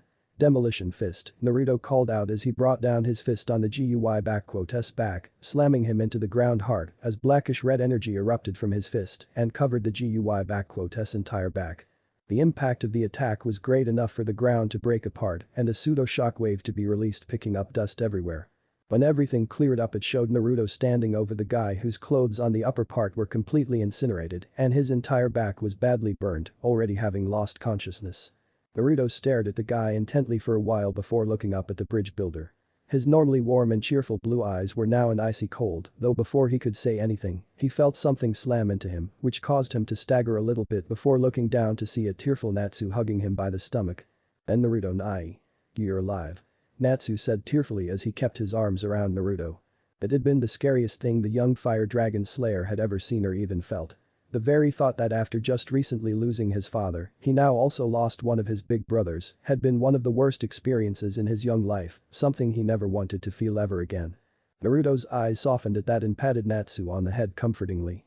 "It's alright Natsu, you know I won't die that easily." he said to Natsu as he gave him a grin. How exactly are you alive anyway? Hearing that, Naruto turned to see Urza looking at him with wide eyes. Naruto gave a small sigh before gesturing towards his remains, and when Urza followed his gaze, her eyes widened even further when she saw a pile of wood. I had anticipated their attack beforehand and was able to use a minor replacement spell just in time to swap places with a log of wood and that's how I am still alive. Naruto replied with small shrug. Awarimi, body replacement technique, was a spell that was devised by the third god of Ishikar Hiruzen Sarutobi himself. He had taught it to both Naruto and Sasuke since despite being a minor E-rank spell, it was still one of the most useful spells out there. Natsu, who had finally stopped crying, also looked towards the pile of wood without letting go of Naruto and remembered that this was the same spell that Sasuke has been trying to teach him over the past week. Something that he hadn't found the least bit interesting at the time. However, looking at it now, he can honestly say that the spell was awesome and he was gonna give his all to learn it. Naruto then turned to Tazuna as he got Natsu to let go of him, his eyes hardening again before demanding of the old man. Alright, old man. Spit it out. Tazuna was getting really nervous from the looks he was receiving not only from Naruto, but from Sasuke as well. What do you mean? He asked in a vain attempt. What he means is that why did you have dark mages after you? Sasuke asked as he stepped forward and looked Tazuna directly in the eyes with his Sharingan. I have no idea what you're talking about. Don't play dumb with us, old man. Naruto exclaimed. When you put up your request, you asked for standard protection from simple bandits, but these guys, Naruto paused as he pointed towards the two unconscious guys on the ground, they're no bandits. They're dark mages with a specific target. In other words, Sasuke chose to continue at this point. He finished as he pointed at the bridge builder. Both Urza and Natsu, who had been looking on silently, were shocked at this. Tazuna remained silent as he looked down nervously. Out with it, old man. Why do you have dark mages after you? Naruto asked once again but was starting to lose his patience with the silence he got from the bridge builder. Tell us what is really going on or we will abort this quest and go back. His eyes widened at that as he looked up at the two to see they were completely serious. Even Urza and Natsu were shocked to hear this but didn't say anything when they saw the serious looks the two had. Wait a minute. Tazuna began to say as he looked a little frantic. He looked at the two before him for a while before looking down once again and sighing. It looks like I have no choice but to tell you, he began to say before pausing. No. I want you to know. He finished as he finally looked up at Naruto and Sasuke. He then began to tell them the truth. The one who seeks my life is a very short man who casts a very long and deadly shadow. The deadly shadow? Perhaps you've heard of him? Tazuna said as he looked at them all. His name Gaten, the shipping magnate. Naruto, Sasuke and Natsu looked confused at the name, but Urza's eyes widened in recognition. Gaten? As in Gaten of the Gaten Company? She asked, gaining their attention. You know this guy, Urza? Sasuke asked as he turned to her. Know him? No. But I've heard of him before. He's one of the richest men in the continent and owns one of the biggest shipping industries. She replied as she looked at Sasuke before once again looking at Tazuna. Am I right? Yes, that's him. Tazuna nodded his head. And that's what he does on the surface. What do you mean by on the surface? Naruto asked with slightly narrowed eyes. The Gaten Company is nothing but a front for his much shadier smuggling business and drug dealing. Tazuna replied easily, which caused their eyes to widen. Why would such a man be after you then? Urza asked as she looked at Tazuna seriously. It was about a year ago when Gaten first set his sights on the island of Nami. Tazuna began. He came to our island and used his vast wealth to take total control of our transport and shipping, and anyone who tried to stand in his way simply disappeared. He stopped talking for a bit here before continuing. In an island nation like Nami, the one who controls the sea controls everything, finance, government, our very lives. But there is one thing he fears: the bridge.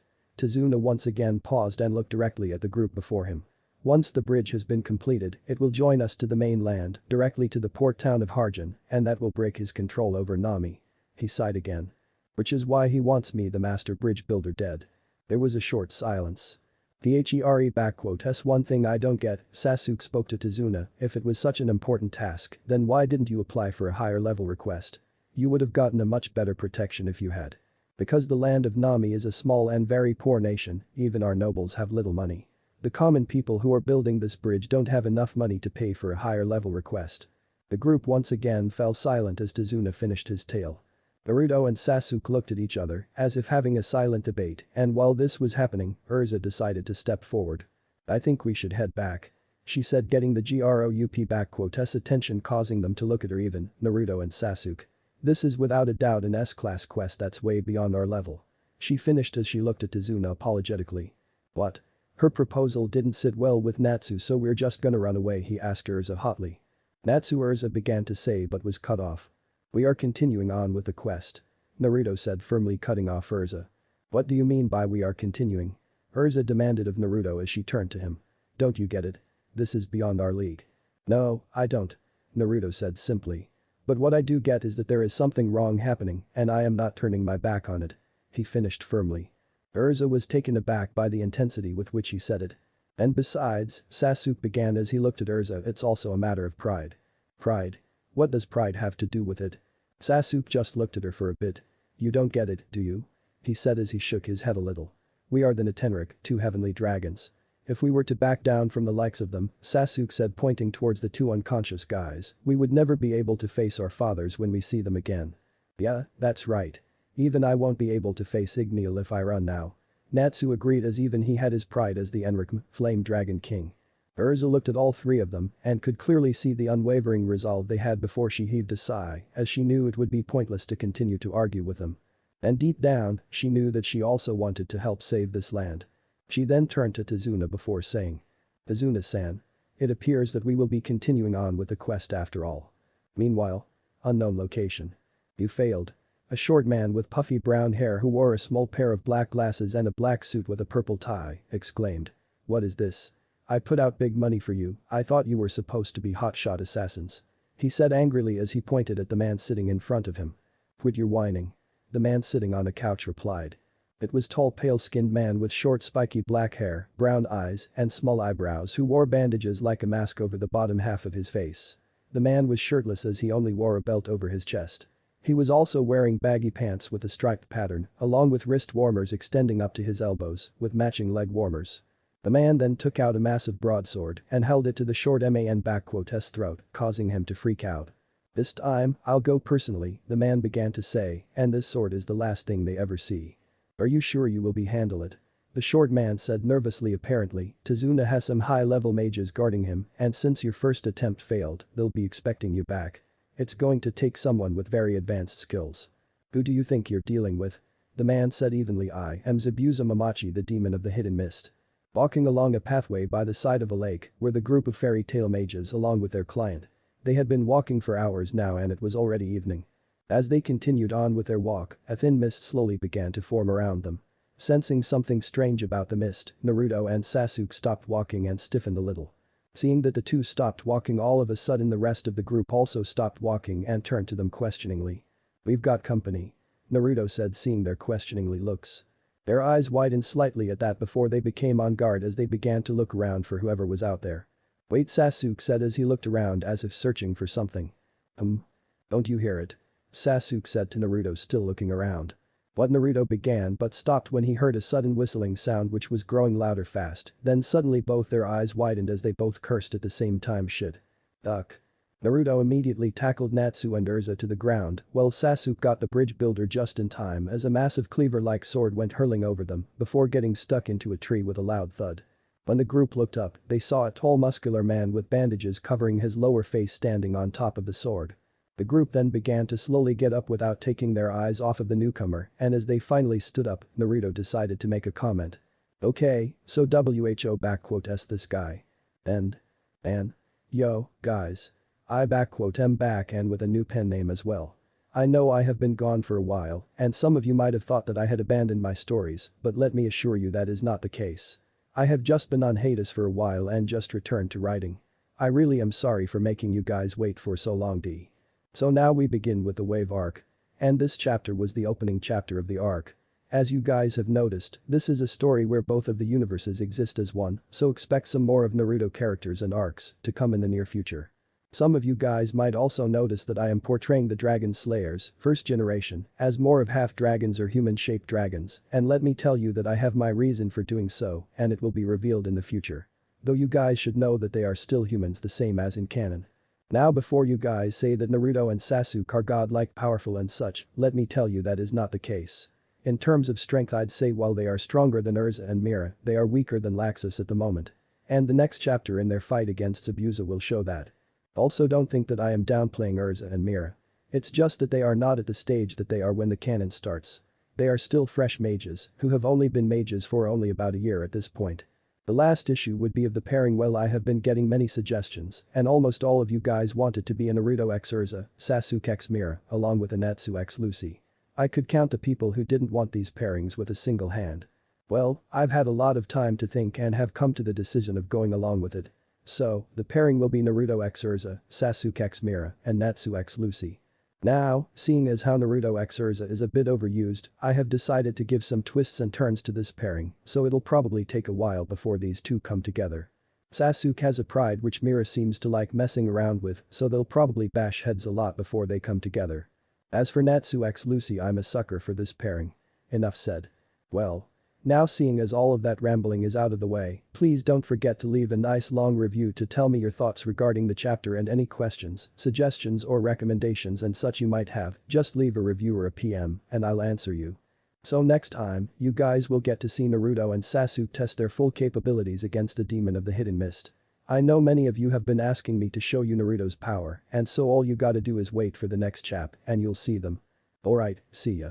The Tenrich Chapter 3.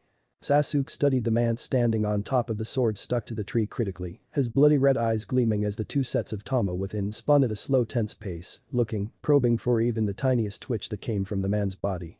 It has only been a few hours at most since their encounter with the last couple of dark mages, and Sasuke didn't know if they were that desperate to kill the old bridge builder or if this guy just worked fast, but he couldn't help but curse silently to himself. Their timing couldn't have been worse. Both Natsu and Urza weren't strong enough to take this guy on, while he and Naruto both had lost a good chunk of their stamina from the long hours of traveling, and not to mention from the insufferable motion sickness which left divine dividing and boost nearly ineffective. Well, perhaps that wasn't really the right way to put it. Although, he said nearly ineffective, it did not render divine dividing nor boost unusable, but rather the toll they took on their bodies increased significantly. 1. The both of them may be in possession of powerful magic, but one could say that that was also their undoing, as their very own bodies weren't strong enough to completely handle that power. Casting a look at Naruto, Sasuke noticed that he was also studying the man, his body tense with his jaw locked in place. Naruto. Sasuke addressed, silently conveying his thoughts. Yeah, Naruto trailed off without turning to Sasuke as his eyes narrowed further before he continued. This guy's bad news. The man simply reeked of blood. The blood of countless men that were slain by the very sword under his feet. And that was not counting the great levels of magic energy he boasted. Oh, trust me when I say, he is more than just bad news. Hearing Urza speak out of nowhere, the both of them then turned towards her to find her with an expression of something akin to fear on her face as she looked at the man in alarm.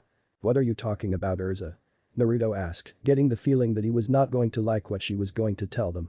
Even though he had only known her for about 2 days, Urza had always come off as a strong girl to him, and to see her with such an expression of fear and alarm instantly made him realize that the situation might be worse than what he and Sasuke had at first thought.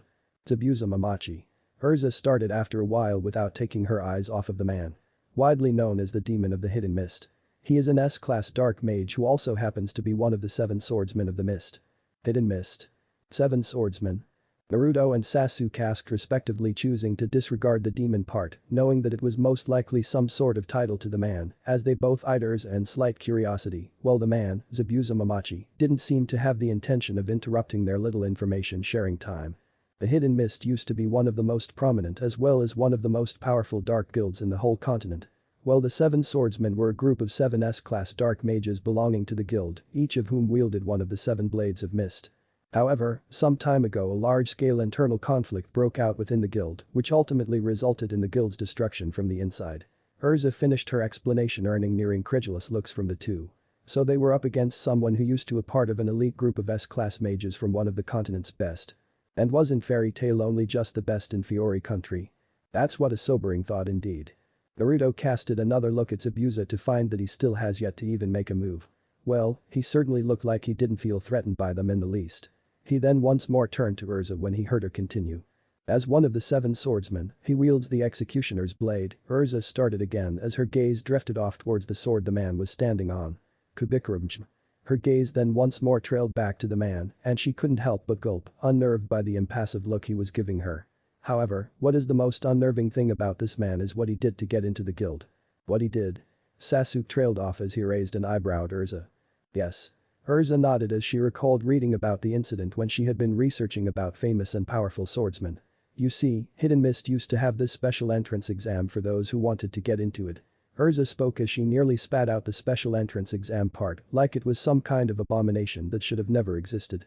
Naruto almost didn't want to ask but couldn't help himself. What was this entrance exam? Urza looked at Naruto before answering distastefully.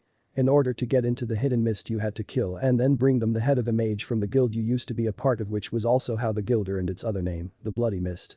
Urza then continued as she turned her attention back towards Zabuza. But what makes his situation different than the rest is that when he was about our age and not yet a mage, he went and killed over 100 others his age who had been accepted as potential new guild members, which caused him to be immediately accepted into the guild as an apprentice to eventually succeed as a member of the Seven Swordsmen. Silence washed over the group as Urza finished her explanation before they all, save for Urza, who was already looking at Zabuza in disgust, turned their wide eyes to Zabuza, each being unable to comprehend what it would be like to take the life of someone from your own guild and then taking their heads over to a group of psychos just to get into their guild. They knew one thing though, that they certainly wouldn't be able to do something like that, much less massacre over 100 young lives. If you are done with the small talk, Zabuza began to say in a gruff voice, once the group fell silent as he then pointed a finger at the bridge builder. Then why don't you hand over the bridge builder and you can avoid a lot trouble. Getting over their shock, Naruto and Sasuke tensed, both preparing for the inevitable. Thank you for your generous offer. Sasuke started with sarcasm lacing his voice, which caused Naruto to look at him with a raised eyebrow. He didn't know Sasuke was even capable of sarcasm. But you know we can't do that. Handing over the bridge builder would defeat the purpose of this quest and not to mention shame the fairy tale name. Hearing Sasuke's response, Zabuza's eyes winded a small fraction. I see. So you brats are from the fairy tale guild. That would explain how the demon brothers could have lost. For some reason I didn't expect you to say that. Naruto muttered under his breath in a deadpan voice. Zabuza casted a brief glance at Naruto before saying. I did encounter a fairy tale mage once and a monster is what I would call that man. He stated, earning surprise from the group before Zabuza looked at the sword under his feet. He is the only one who has broken Kubikarabj well, more like snapped it like a toothpick with his bare hands. I see. Urza's eyebrow gave a single twitch as she said this. So you have encountered Gilderts before. Gilderts? Naruto, Sasuke and Natsu looked at Urza questioningly. They certainly hadn't met a Gilderts just yet. Though before Urza could say anything to them, Zabuza interrupted. Enough talk, if you won't hand over the bridge builder then I'll just have to kill you brats first. Zabuza stated as he crouched down before gripping the handle of the sword with his right hand. All four of them immediately became on guard just as they heard Zabuza say that. Urza, Natsu. Protect the bridge builder. And don't even think of interfering. Sasuke commanded without taking his eyes off of Zabuza. While Naruto turned to look at an unusually silent Natsu to find that he had scrunched up his nose with sweat tickling down his face as he looked at Zabuza, unsettled.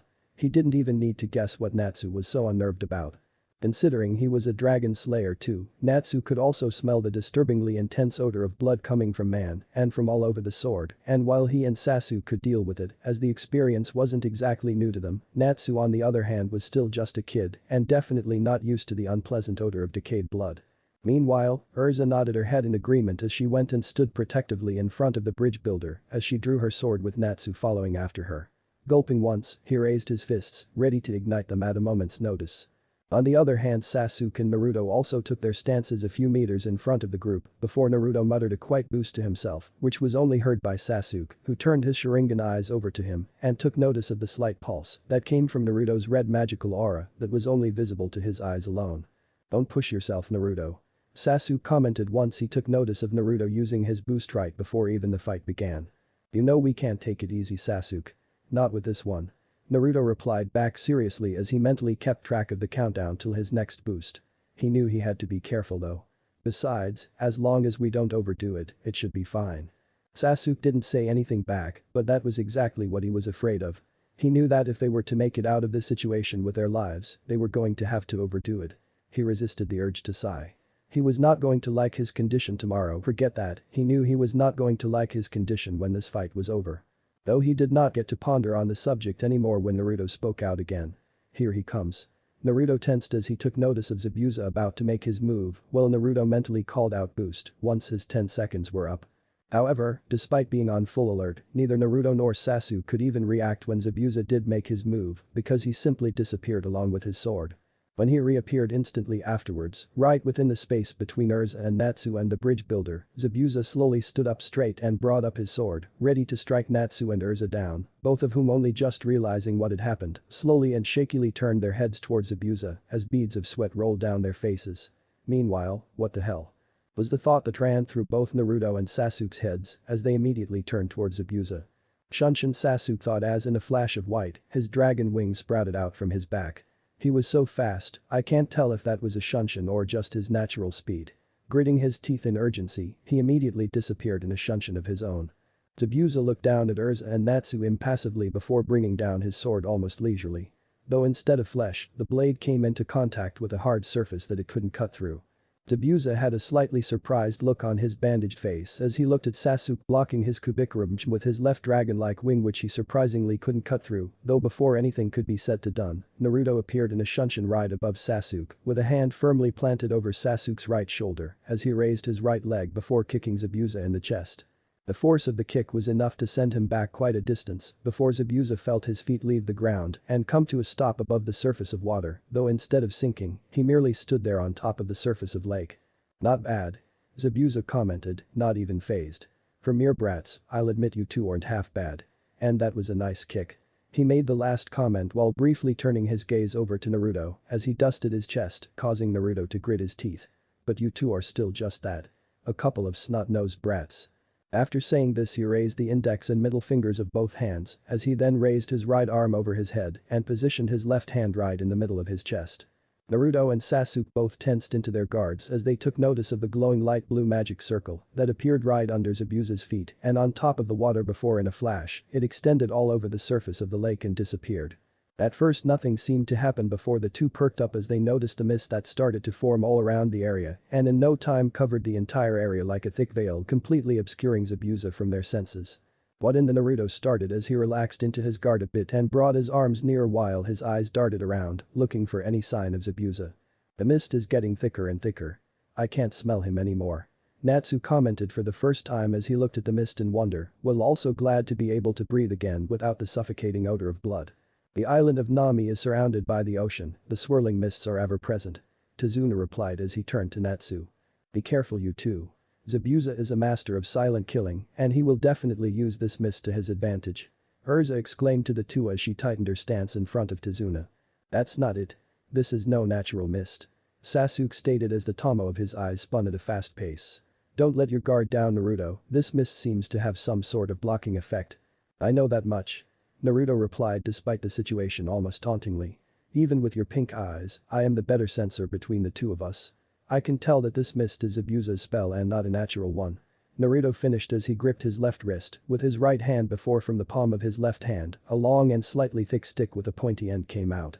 Sasuke's eyebrow twitched but refrained from saying anything in return, knowing that it wasn't the time. Although, despite his slight ire, he was grateful for Naruto's witty remark as he felt some of the tension leave his body.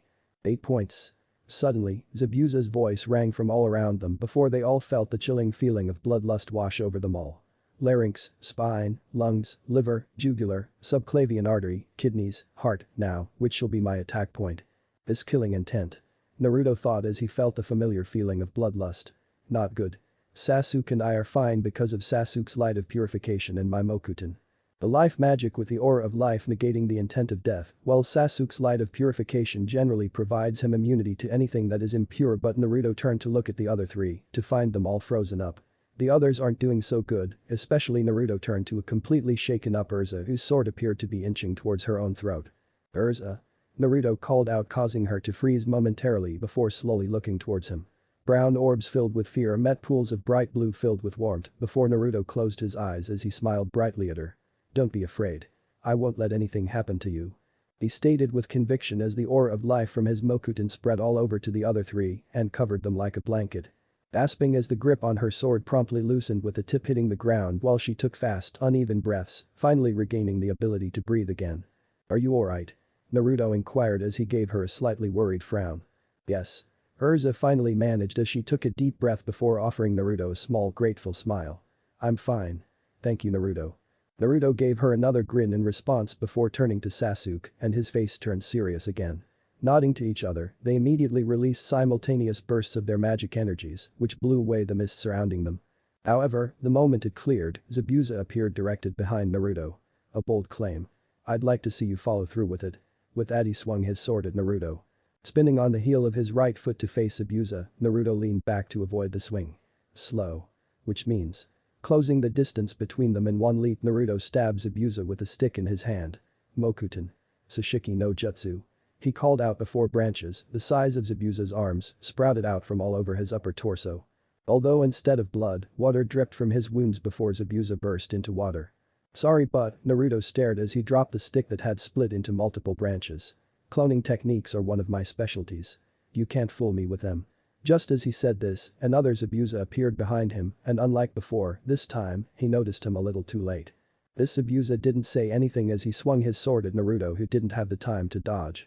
However, it appeared that he didn't need to, as before the sword could strike down Naruto, a thick beam of white light pierced Zabuza's chest from behind, once more reducing him to a puddle of water. You didn't forget that you are facing two of us, did you? Sasuke commented as he lowered his arm. In that moment, the real Zabuza dropped down between Naruto and Sasuke and faster than either of them could react, punched Naruto on the right cheek, which sent him crashing away with his head hitting the ground a couple of times. Naruto. Sasuke exclaimed as he watched his brother take a nasty punch to the face, though that appeared to be a mistake, as before he knew what had happened, he felt the wind knocked out of him by Zabuza who, using his sword as a support, had spun and kicked him right in the gut. The force of the kick was such that it sent Sasuke crashing to the other side of the clearing, before he smashed right into a tree which broke upon contact as he spat out a mixture of blood and saliva. Wasting no time, Zabuza then crouched for a bit before jumping back on top of the surface of the lake. He then proceeded to make a sign with his hands, and another light blue magic circle appeared on top of the lake before the water began to swirl into a vortex, then starting to rise. Coughing out the blood in his mouth, Naruto started to recover as he gritted his teeth from the throbbing pain in his right cheek. No doubt, it was going to leave a nasty bruise later on. Slowly standing up straight, his eyes widened when he came face to face with the towering form of a dragon made entirely out of water with glowing yellow eyes and a mouth full of long, sharp fangs, also made out of water glaring down at him. He didn't get to admire the sight before him though as the dragon let loose a loud roar before charging straight at him and the others standing right behind him. Seeing that he couldn't dodge or risk the others getting hit by the destructive spell, Naruto immediately started to draw in a deep breath. Sekiruk no HMKM. Calling out, Naruto released a huge beam of blackish red energy that clashed head-on with the dragon of water. Within a few seconds of the clash between the two forces, Naruto's eyes widened when he took notice of the fact that his roar was unable to overtake the dragon, made of nothing but water, and slowly but surely, his spell was getting pushed back. Thankfully though, he was saved from making another attempt when he heard a familiar voice call out. 2. Divide. Just as that one word rang around them, the dragon shrank to half of its eyes, as well as lost half of its power. However, Sasuke wasn't done just yet as he immediately followed after the divide. Akiruk no HMKM. The beam of brilliant white light, the same size as Naruto's pillar of dark red energy, also crashed into the dragon, and after a few moments of fighting for dominance, the dragon was overtaken and destroyed by the combined forces of power of destruction and light of purification. Naruto watched with a blank look as the dragon burst into water and rained down on the lake and the ground. Say Sasuke Naruto started one Sasuke landed right beside him. Done? Sasuke gave Naruto a sideway glance, wondering what was up with him now. You remember that lesson from Tsurujiji? Naruto asked as he turned to Sasuke. You know about how a battle between two mages is always a battle between their magic energies. Yeah, so?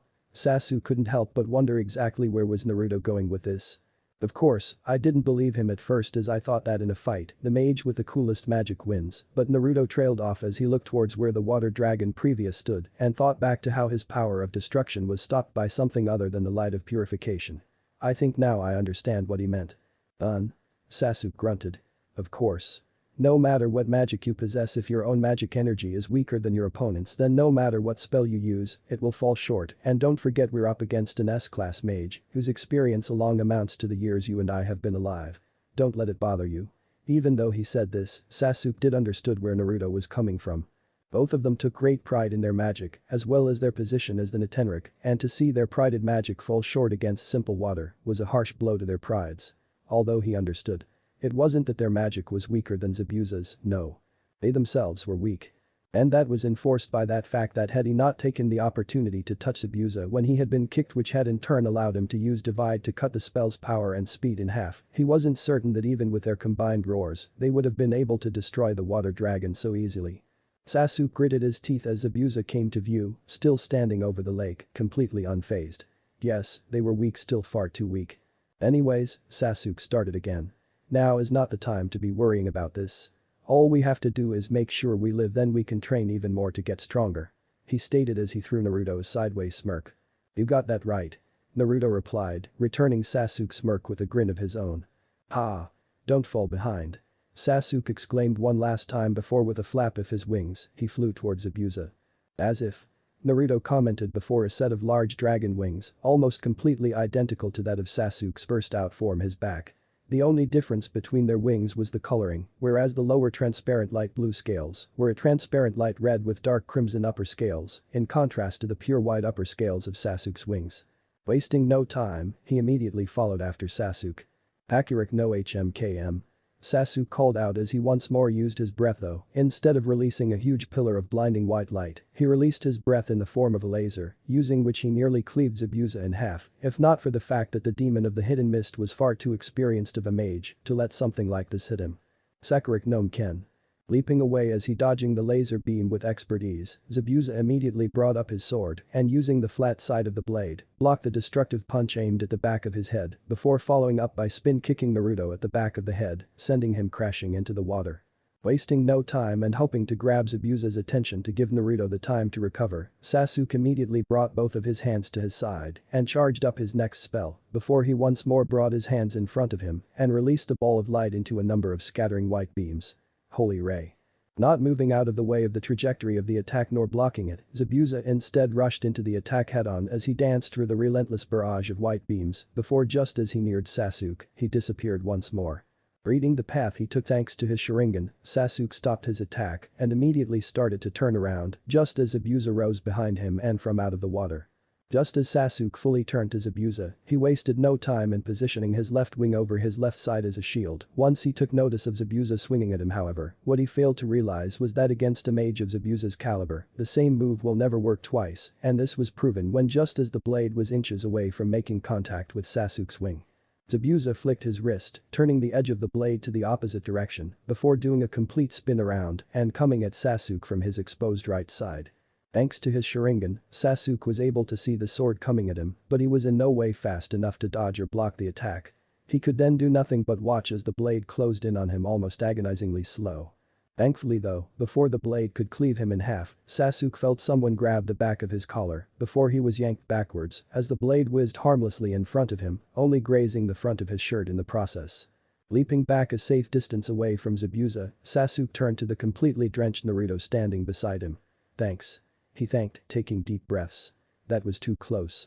Yeah, don't worry about. Naruto replied, giving Sasuke a grin as he too took deep breaths. Are you sure you want to be standing over those very spots? Their head snapped back towards Zabuza to see him standing there before he raised his index finger and then pointing downwards.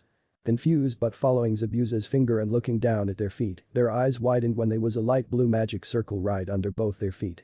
Before they could take higher into the air, water shot out from the circles and enveloped them into spheres. Zabuza then also appeared behind them and stood by the space between the two spheres. Strapping his sword behind his back, Zabuza then thrusted both of his hands into the spheres and like locks clicking into place, Naruto and Sasuke found themselves completely imprisoned within the spheres of water. What in the? I can't move. Seeing the two of them trapped, Natsu and Urza immediately shouted out to them in worry. Naruto nai. Sasuke nai. Naruto. Sasuke. No. Stay away. Naruto wasted no time in shouting out when he noticed Natsu and Urza about to jump into the fight. But. Don't worry. We're fine. Just stay there and protect the bridge builder. Naruto once more exclaimed, cutting Urza who looked about ready to argue. Hearing what Naruto said, Zabuza scoffed. And you still talk big, but that's fine. Zabuza commented before looking at the other three and smirking under his bandages. With you two trapped, even a clone should be enough to take care of the other three. He stated just as another magic circle appeared on the lake in front of them before water rose and formed another Zabuza. Now why don't you two sit tight and watch as I kill the bridge builder and your two little friends? Ha. Sorry but that's not going to happen. Naruto commented as he shot Zabuza a sideways smirk before turning to Sasuke. Now Sasuke. Sasuke grunted in response before calling out. Divide. Head snapping to Sasuke, Zabuza's eyes widened when he felt the density of the water suddenly reduced by half. There it is again. Just like with the Surikten, the power of my spell is once more cut in half. What did he do? He was soon broken out of his thoughts though when he heard Naruto call out. Mokuton. Daisonju. At first nothing seemed to happen following Naruto's exclamation before suddenly a number of thick three roots erupted from ground right before the Zabuza clone, who didn't get the time to even react before the three roots tore through him without even slowing down and heading straight for a wide-eyed Zabuza who had no choice but to release his hold on the spheres and jump away. Just as the spheres of water broke apart, Sasuke and Naruto immediately flapped their wings and flew back to the ground. Coughing out the water, Naruto took fast deep breaths. Sasuke. He addressed without taking his eyes off of Zabuza. Sasuke for his part turned to Naruto, also taking fast and deep breaths, but didn't say anything and just waited for him to continue. I think we are going to have to break one of the rules set by Dragon Albion and use that forbidden technique if we want to beat this guy. Naruto suggested while not clarifying as to what he was talking about. He knew he didn't need to. Sasuke looked at Naruto for a bit before also turning to Zabuza. Yeah. Naruto blinked when he heard Sasuke agree just like that. What? No arguing that we shouldn't use a technique that is strictly forbidden or something? Naruto questioned confusedly as he turned to Sasuke. Normally I would. But, Sasuke agreed without turning to Naruto as his eyes narrowed at Zabuza. That guy is barely winded while you or I are hanging by threads here. If we don't do something then all of us are going to end up dead here. Sasuke finished before he raised his left fist over to Naruto. Understanding what Sasuke was getting at, Naruto grinned before bumping his right fist with Sasuke's left. Closing their eyes, both of them simultaneously inhaled deeply before exhaling. As they started to focus their respective Dragon Slayer magic, the certain memory of Dragon Albion forbidding them from ever using this particular technique ever again after they had discovered or rather invented it for the first time. Naruto, Sasuke. Keep in mind to never use this technique ever again. Drake stated firmly as he towered over the two 11-year-olds along with Albion. While it is true that using this particular technique grants you a tremendous boost in power for a short while, through the use of this technique, you will also. Unison raid. Both of them said quietly to themselves as their magical auras exploded all around them in a brilliant show of white and red before their eyes once more snapped open as Drake's final words regarding the topic rang within their heads. Temporarily lose the use of divine dividing and boost. Divine booster. Following their exclamation, their magic energies suddenly skyrocketed. What the hell? Zabuza said to himself as he felt the sudden rise in Naruto and Sasuke's power. Where is this sudden burst of magic coming from? He knew he should be stopping them, but as things stood, the magic energies were far too intense for him to get anywhere near the two. It didn't matter though. While he wouldn't let down his guard, he was still up against a couple of brats and not high-level mages that he couldn't deal with. Still I can't dismiss these two as just another couple of ordinary brats either. Zabuza thought to himself, covering the upper half of his face with his forearm as his eyes narrowed at the sight. That red-eyed brat has the ability to cut the power of magic by half, and the blonde brat. At first I thought he was using maker magic, but that hand seal and aura when he used the last spell were unmistakable. The brat is using living magic. And that's not even the extent of their magical prowess. Lowering his arm as the magic energies started to die down before Naruto and Sasuke once more came to view and his eyes once more widened when he took notice of the smoky red and white auras surrounding Naruto and Sasuke respectively. The air around the two has changed completely. His eyes once more narrowed before he heard them speak. Vanishing drive. Destruction drive. Sasuke and Naruto spoke respectively and almost blankly if one doesn't count the no-nonsense looks that adorned their faces. What happened next was Naruto disappearing in a shunshin so fast that Zabuza almost lost track of him, but as it stood, even if barely he was still able to follow him as he immediately brought up his sword to block the punch aimed at the side of his face. However, what he didn't prepare for was for the punch to explode the moment it made contact with Kubikurumjima. Jumping out of the blast and leaping to the air, Zabuza couldn't help but curse to himself. That was the exact punch he threw the last time. So where the hell did this explosion come from? His eyes widened as he turned to Sasuke who had appeared right behind in a flash of white. Hakurik Senbi. Sasuke said before swinging his glowing right leg upwards, releasing a large vertical arc of light of purification at Zabuza, who maneuvered his body in mid-air at the last moment, completely dodging the attack. Though, having already expected such a reaction, Sasuke immediately followed after by swinging his left leg in a linear direction. Hakurik Senbi. Zeku. This time however, Zabuza was in no position to dodge the wide horizontal arc of white light as it slammed into his midsection, sending him crashing back onto the lake. Recovering almost immediately, Zabuza stood up to his feet and made a hand seal as a magic circle, then formed over the water before once more the water started to rise and morph into the form of a large dragon with glowing yellow eyes. Suiton.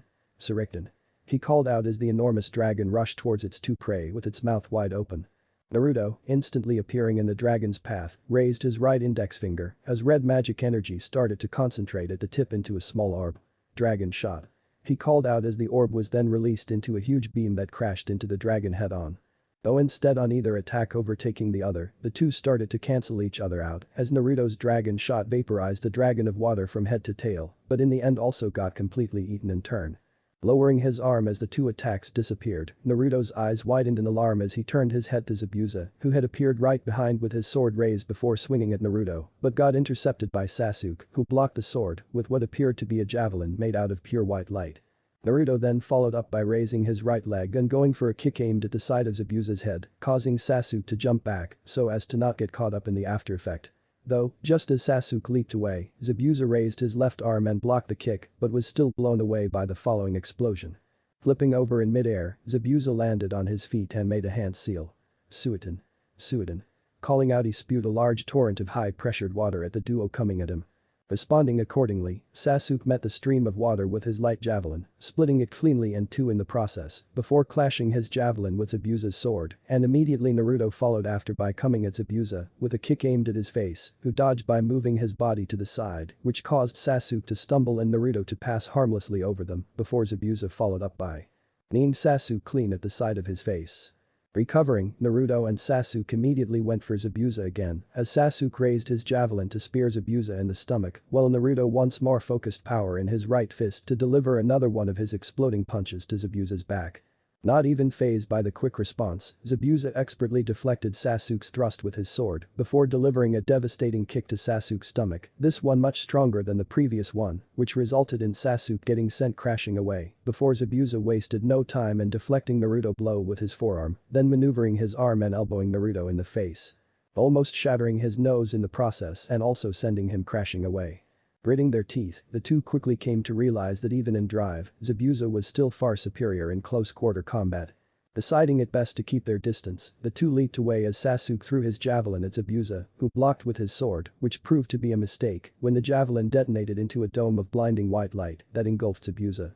Standing a safe distance away, the two then watched as the light died down before Zabuza's form once more came to view, and for the first time since the fight began, he appeared to be breathing hard. Taking a deep breath, Zabuza straightened up and turned to Naruto and Sasuke. "Why don't we put an end to this little charade already?" he offered, having grown sick of this dancing around that they have been doing even though he won't admit it out loud, it has been fun while it lasted. Both Naruto and Sasuke turned to each other before nodding at the same time, already knowing the answer before they once more turned to Zabuza. "Yes." Sasuke agreed. "Our thoughts exactly. Let's just put an end to it already," Naruto commented almost impatiently. Both of them had long since passed their limits, and even their time and drive was coming to an end, so as such, they had to choice but to end, or they'll be in deep trouble. HMPH. Zabuza grunted before making another hand seal, and his magic energy flared.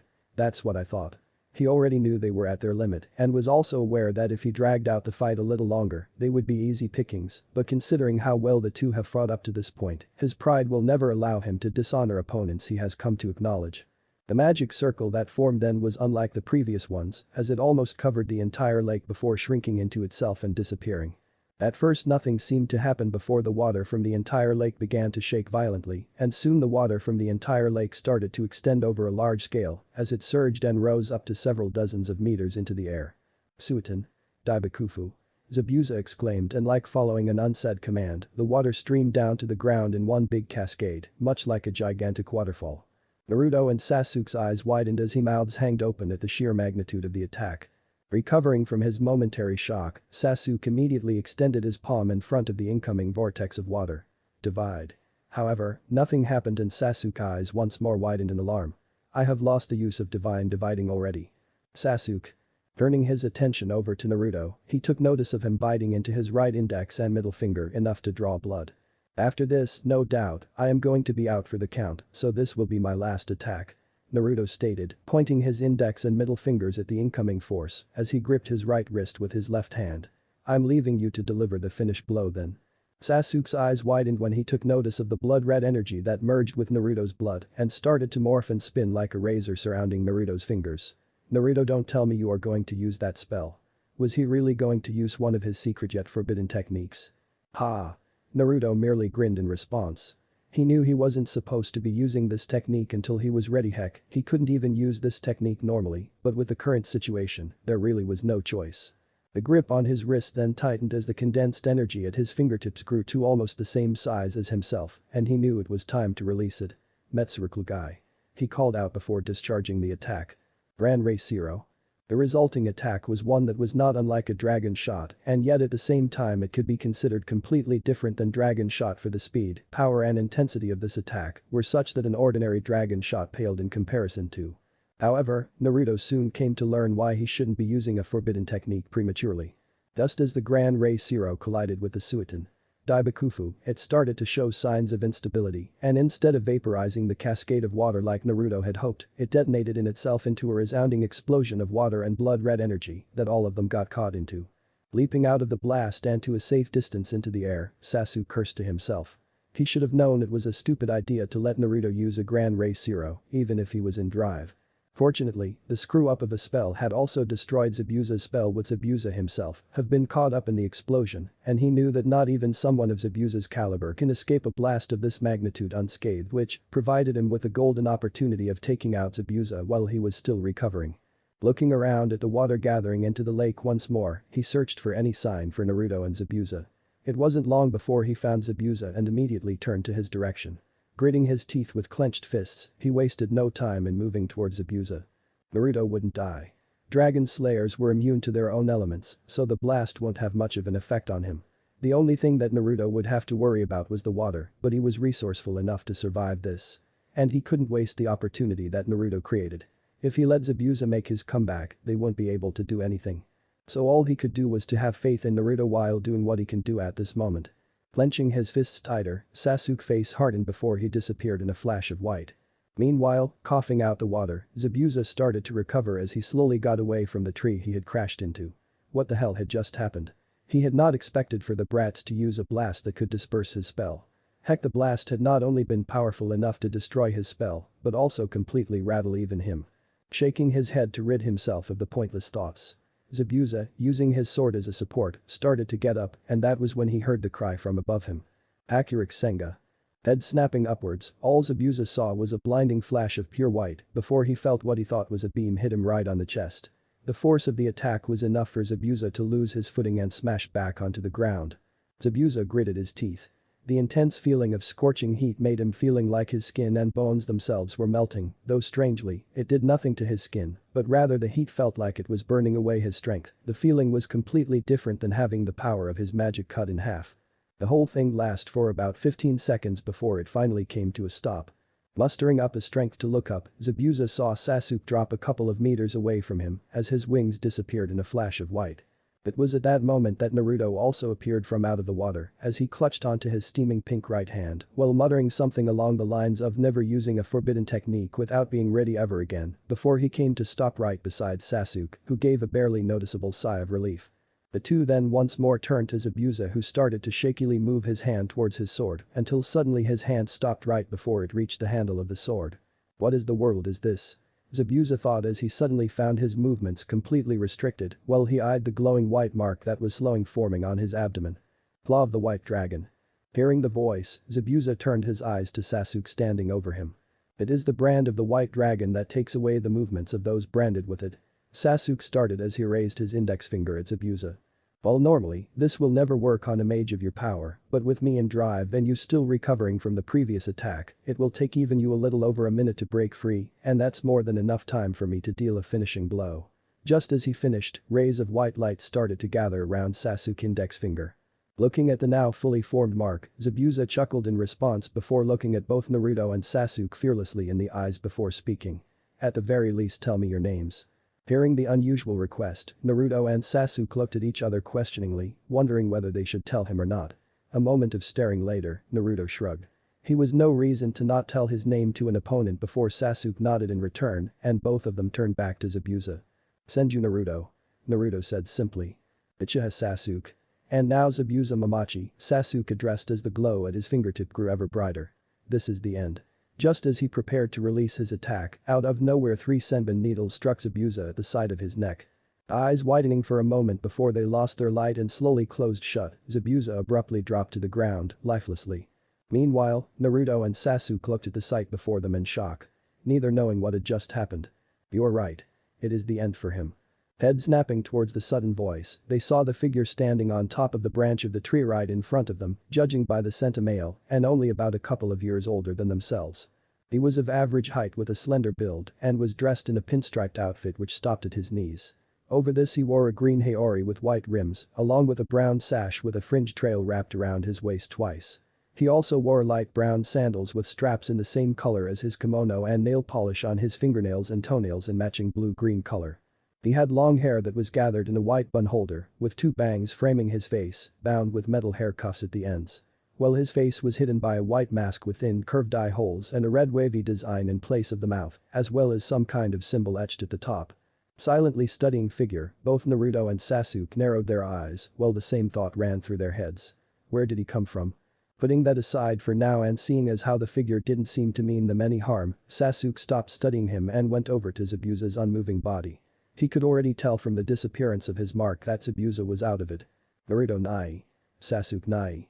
Hearing Natsu's sudden voice accompanied by rapid footsteps, both of them turned to see Natsu, Urza and Tazuna running towards them, before promptly coming to a stop when they saw Sasuke crouch down beside Zabuza's downed form.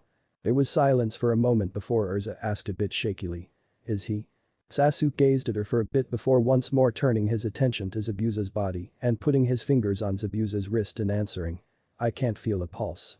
Hearing this, all 3 had their eyes widened before Urza gulped and once more asked. "Did you?" Sasuke shook his head before opening his mouth to respond when he got cut off by Natsu. "Hey. Who the hell are you?" Hearing Natsu's sudden outburst, Urza as well as Tazuna turned to see him looking up at a tree, along with Sasuke and Naruto too looking at the same spot. Following their gazes, Urza's eyes widened while Tazuna got a confused look. "Who's that?" Tazuna asked, confused. "Who was this new character?" "That's..." Urza started, recognizing the figure instantly. "A hunter mage." Her claim earned her confused looks from the rest. "What's a hunter mage?" Naruto asked confused as he scratched his head. "I've heard of hunters before, you know, the not mages who go hunting for treasures and the like, but I've never heard of a hunter mage before." Urza turned to Naruto before answer. "It is as it sounds like. A hunter mage is a mage that hunts other mages, well, dark mages to be precise." Her response, if anything, earned her even more confused looks from Naruto, Sasuke, Natsu and even Tazuna. Seeing the looks she was getting, Urza sighed before deciding to elaborate. "Normally, killing is outlawed by the Magic Council, so as such legal guild mages are strictly forbidden from ever taking another life, and if they break this law, well, there will be dire consequences." Urza stated, speaking of the last part with utmost seriousness. "But there are exceptions to even this law. Those exceptions being the hunter mages." The others blinked at her response before Natsu opened his mouth to speak when Urza didn't give him the chance. "However," she exclaimed, not wanting for Natsu to interrupt her before she can finish. "There are restrictions and conditions placed upon them by the council. Firstly, a hunter mage approved by the council has to break their ties to the guild they used to be a part of and swear their allegiance to the Magic Council, meaning they fall under the direct command of the council. Second, they are only to eliminate the dark mages considered far too dangerous to be left alive, which are basically the S-class dark mages, while the rest are left on the legal guilds to restrain before being taken into custody by the Rune Knights." While Natsu and Tazuna were still trying to digest the sudden load of information, Naruto and Sasuke narrowed their eyes at the figure. "You're correct, miss." The hunter mage spoke as he regarded the group before him, or more precisely, Naruto and Sasuke. "I have been chasing after Zabuza for a while now, but as you probably can guess, there was no way I could have taken him out alone, but fortunately, while once more chasing after him, I came upon your fight and decided to take this chance to take him out once and for all." Standing up before backing away from Zabuza's body, Sasuke too regarded the hunter mage. "And so you waited for the chance to get while he was too focused on us?" Sasuke stated more than asked as he continued to regard him cautiously. "Correct again." The hunter mage commented before dropping beside Zabuza's body. "Now if you will excuse me," he said one last time before gathering Zabuza's body as well as Kubikurimjim and disappearing without a warning. "What was that all about?" Natsu was the first one to comment after they disappeared, still pretty much confused as to what had just happened. Natsu Urza shook her head lightly, though before she could say anything a soft thud drew her attention.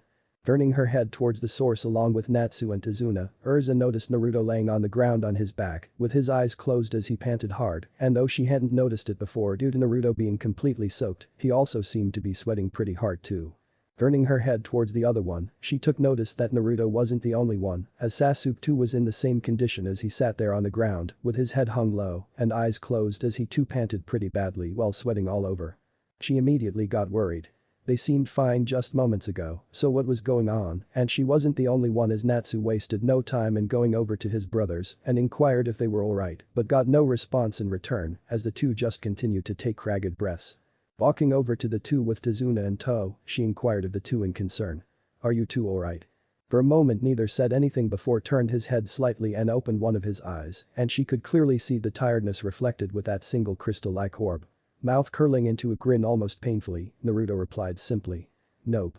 Urza couldn't help but blink once at the rather blunt answer. "You seemed fine just now." She couldn't help but ask as the two really did appear fine just a few minutes ago.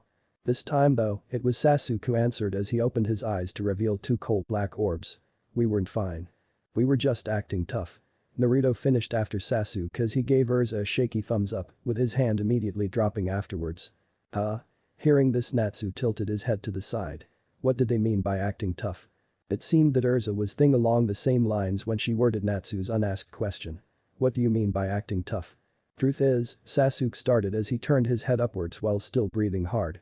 "Our boost and divine dividing have some pretty unpleasant effects on our bodies if we overdo things, and with this fight well, overdoing it is really putting it lightly." His answer earned him confused looks from both Natsu and Tazuna. Natsu because this was the first time he was hearing about the bad effects of his brother's Dragon Slayer magic, and Tazuna was plain confused as he understood pretty much nothing about magic. Meanwhile Urza had a curious look on her face at this. Of course, she wasn't stupid enough to think that magic like divine dividing and boost would come without severe drawbacks, and to actually be hearing about them got her curious. "What do you mean by Urza-chan?" Naruto called out, cutting Urza as he slowly sat up and offered her a tired smile. "I know you have questions, but let's answer them another time. We're tired and Zabuza did a number on us, heck, it hurts to even stay awake. So let's talk about this some other time, okay?" Urza, caught slightly off guard by the sudden suffix added to her name, nodded in return. Beside Naruto, Sasuke turned his head away from him before scoffing. "The one who did a number on us more than Zabuza was you with that last stunt you pulled." Naruto opened his mouth to retort but closed it a minute later before sighing. "You know what? I'm too tired to even argue. So let's just forget it," he said, then turning and addressing Tazuna. "Old man, how much longer till we reach your house?" "Ah." Tazuna started as the attention was shifted to him. "It's close. I chose this path for a reason actually. Just a short walk more and we'll be there," he said, moving towards the direction they had been going on before Zabuza had appeared. "Alright then," Naruto drawled out as he started to get up, patting Natsu on the head in the process, along with Sasuke, before both of them draped an arm over the other's shoulder, using each other as support. "Lead the way, old man." A while later. Tazuna's house.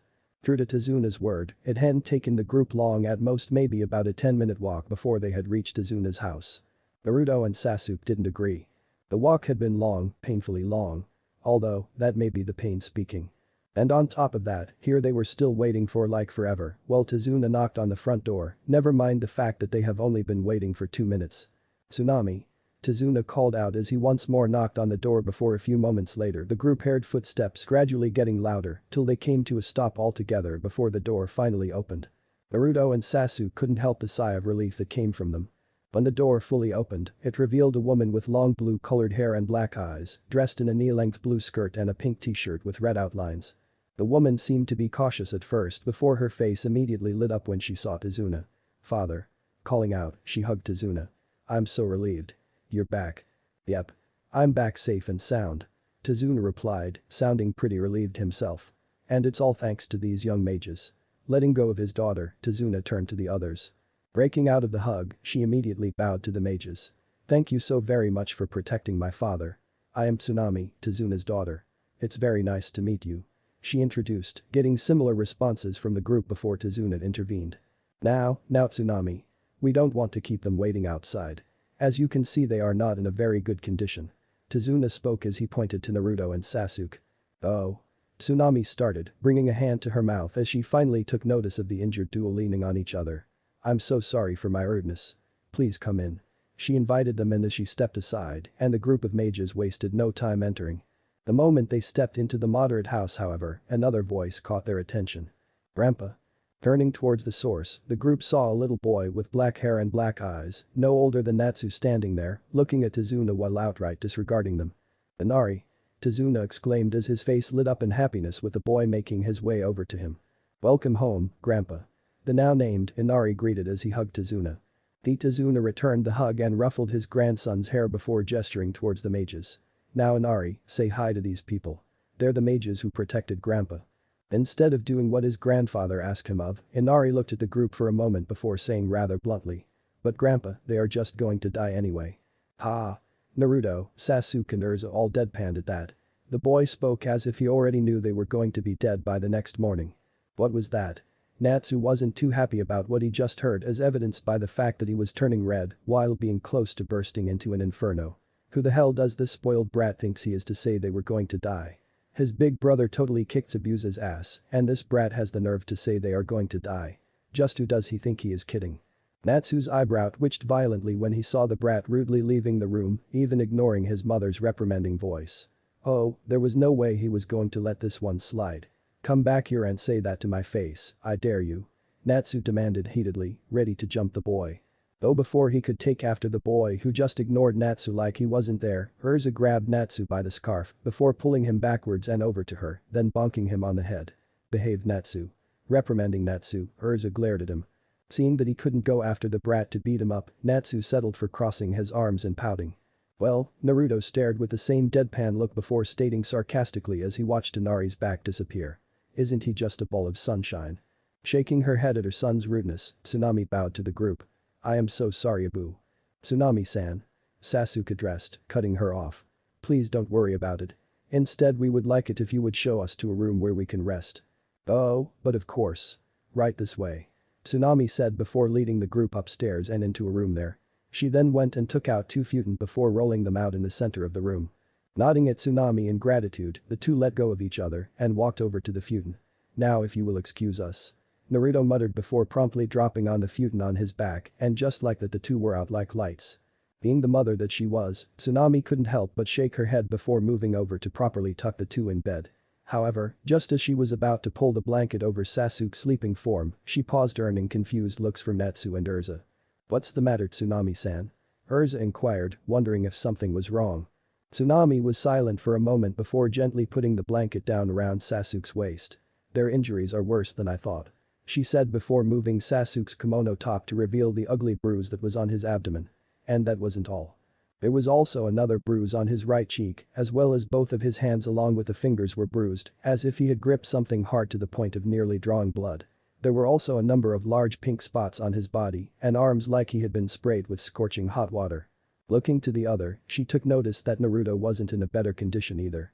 His right hand up to a little over his wrist was a purplish pink as his index and middle fingers bled ever so slowly. Then there was the bruise on his right cheek, along with signs of a fractured though not broken nose. He also had a bruise on his left shoulder, and looking closely, one could tell that he had hit his head multiple times too. And those were the injuries only visible to the eyes. They didn't know of any internal damages that the two had undoubtedly suffered. These injuries aren't life-threatening or anything, but they aren't light by any means. Tsunami said more to herself though was heard by the others. I am going to get the medical kit. We should dress these wounds as soon as possible. She said to Urza before getting up from her sitting position. That would be helpful. Urza said as she smiled at the kind woman gratefully. Tsunami, instead of replying, smiled at Urza before starting to make her way out of the room. It was fortunate that her father's job as a bridge builder came with risks of injuries, so she always had to make sure they had the necessary medical supplies. Watching Tsunami disappear, Urza gave a small sigh before taking a seat beside Natsu, who was looking at his brother's injuries with a grimace. Not that she could blame him though. Looking at the two injured boys, she couldn't help her own grimace. She should have known that they would be injured at very least to this extent. After all, it would have been far too easy if they had come out with just fatigue after taking on someone like Zabuza Mamachi. Meanwhile, somewhere within the forests with Hunter Mage. Currently, after laying Zabuza's lifeless body on the ground and sticking Kubikarumchim in the ground beside the body, the hunter mage seemed to be examining Zabuza's body before making a move to remove the bandages covering the mouth. It was at that moment that Zabuza's eyes snapped open as his hand shot forward before grabbing a hold of the hunter mage's outstretched arm. "That's enough," Zabuza stated in the same gruff voice as he glared at the hunter mage. "I can do the rest myself," he said before letting go of the arm and moving his hand to move aside the bandages covering the bottom half of his face to reveal rows of jagged teeth. Zabuza then slowly and with a great deal of effort sat up. Moving his hand towards his neck, he carelessly plucked out the senbon needles before throwing them aside. "You're brutal, Haku," Zabuza commented as he grunted in pain. "You're the one who is brutal," Zabuza scoffed before leveling the hunter mage with another glare, or to be more precise, he glared at the mask Haku was wearing. "How long are you going to wear that mask? Take it off," he commanded distastefully. "My apologies," Haku started, moving a hand to the mask covering his face. "But you see, I like wearing this mask," he said before taking the mask off to reveal a rather feminine face with pale skin and large dark brown eyes. "Forget about that," Zabuza said before eyeing Haku expectantly. "Tell me, what did you learn from observing the fight?" "Ah, yes," Haku began, almost delightfully. "It seems we are up against dragon slayers and the Natenrik no less." To be continued. 1. For those of you who thought that Divine Diving and Boost made Naruto and Sasuke invincible, you are wrong. Divine Dividing and Boost have a pretty nasty drawback, which being the backlash they have to the host's body. And particularly, the stamina and the limit of the hosts themselves are very crucial for them to be able to properly utilize the divided boosted energy. If not, and they divide boost past their limits, or if their stamina has run out, then it severely damages their own bodies. Bali Lucifer found a way around this by releasing the excessive energy from his wings, which left his power at the highest output, while Issei Haidu released the excessive energy through boost. Explosion, which resets his power and allows him to boost again. These are the two biggest weaknesses of Divine Diving and boosted gear aside from dragon slaying magic, swords and curses. And considering the fact that Naruto and Sasuke are still about 13-year-old kids, the drawbacks are much heavier on them. 2. The power of destruction is not absolute either. The power of this magic is extremely reliant of the experience and power of the wielder themselves. This was shown when it failed to do little to no damage at all against superior enemies such as Kakabiel, who in fact swatted it aside with his bare hand. Translations. Natenrik. 2 heavenly dragons. Kubikarumchim. Decapitating carving knife. Shunshin. Body flicker technique. Mokuton. Sashiki no jutsu. Wood release. Cutting technique. Sekurik no HMKM. Red dragon's roar. Akurik no HMKM. White dragon's roar. Sekurik no Mken. Red dragon's demolition fist. Mokuton. Daismju. Wood release. Great spear tree. Akurik Senbi. White dragon swirling tail Zeku. Void sever. Suiton. Surikton. Water release. Water dragon bullet. Suiton. Suiton. Water release. Water bullet technique. Suiton. Daibakufu. Water release. Great waterfall technique. Etsurukugai. Dragon Slayer's secret art. Grand Race Zero. Royal Hollow Flash.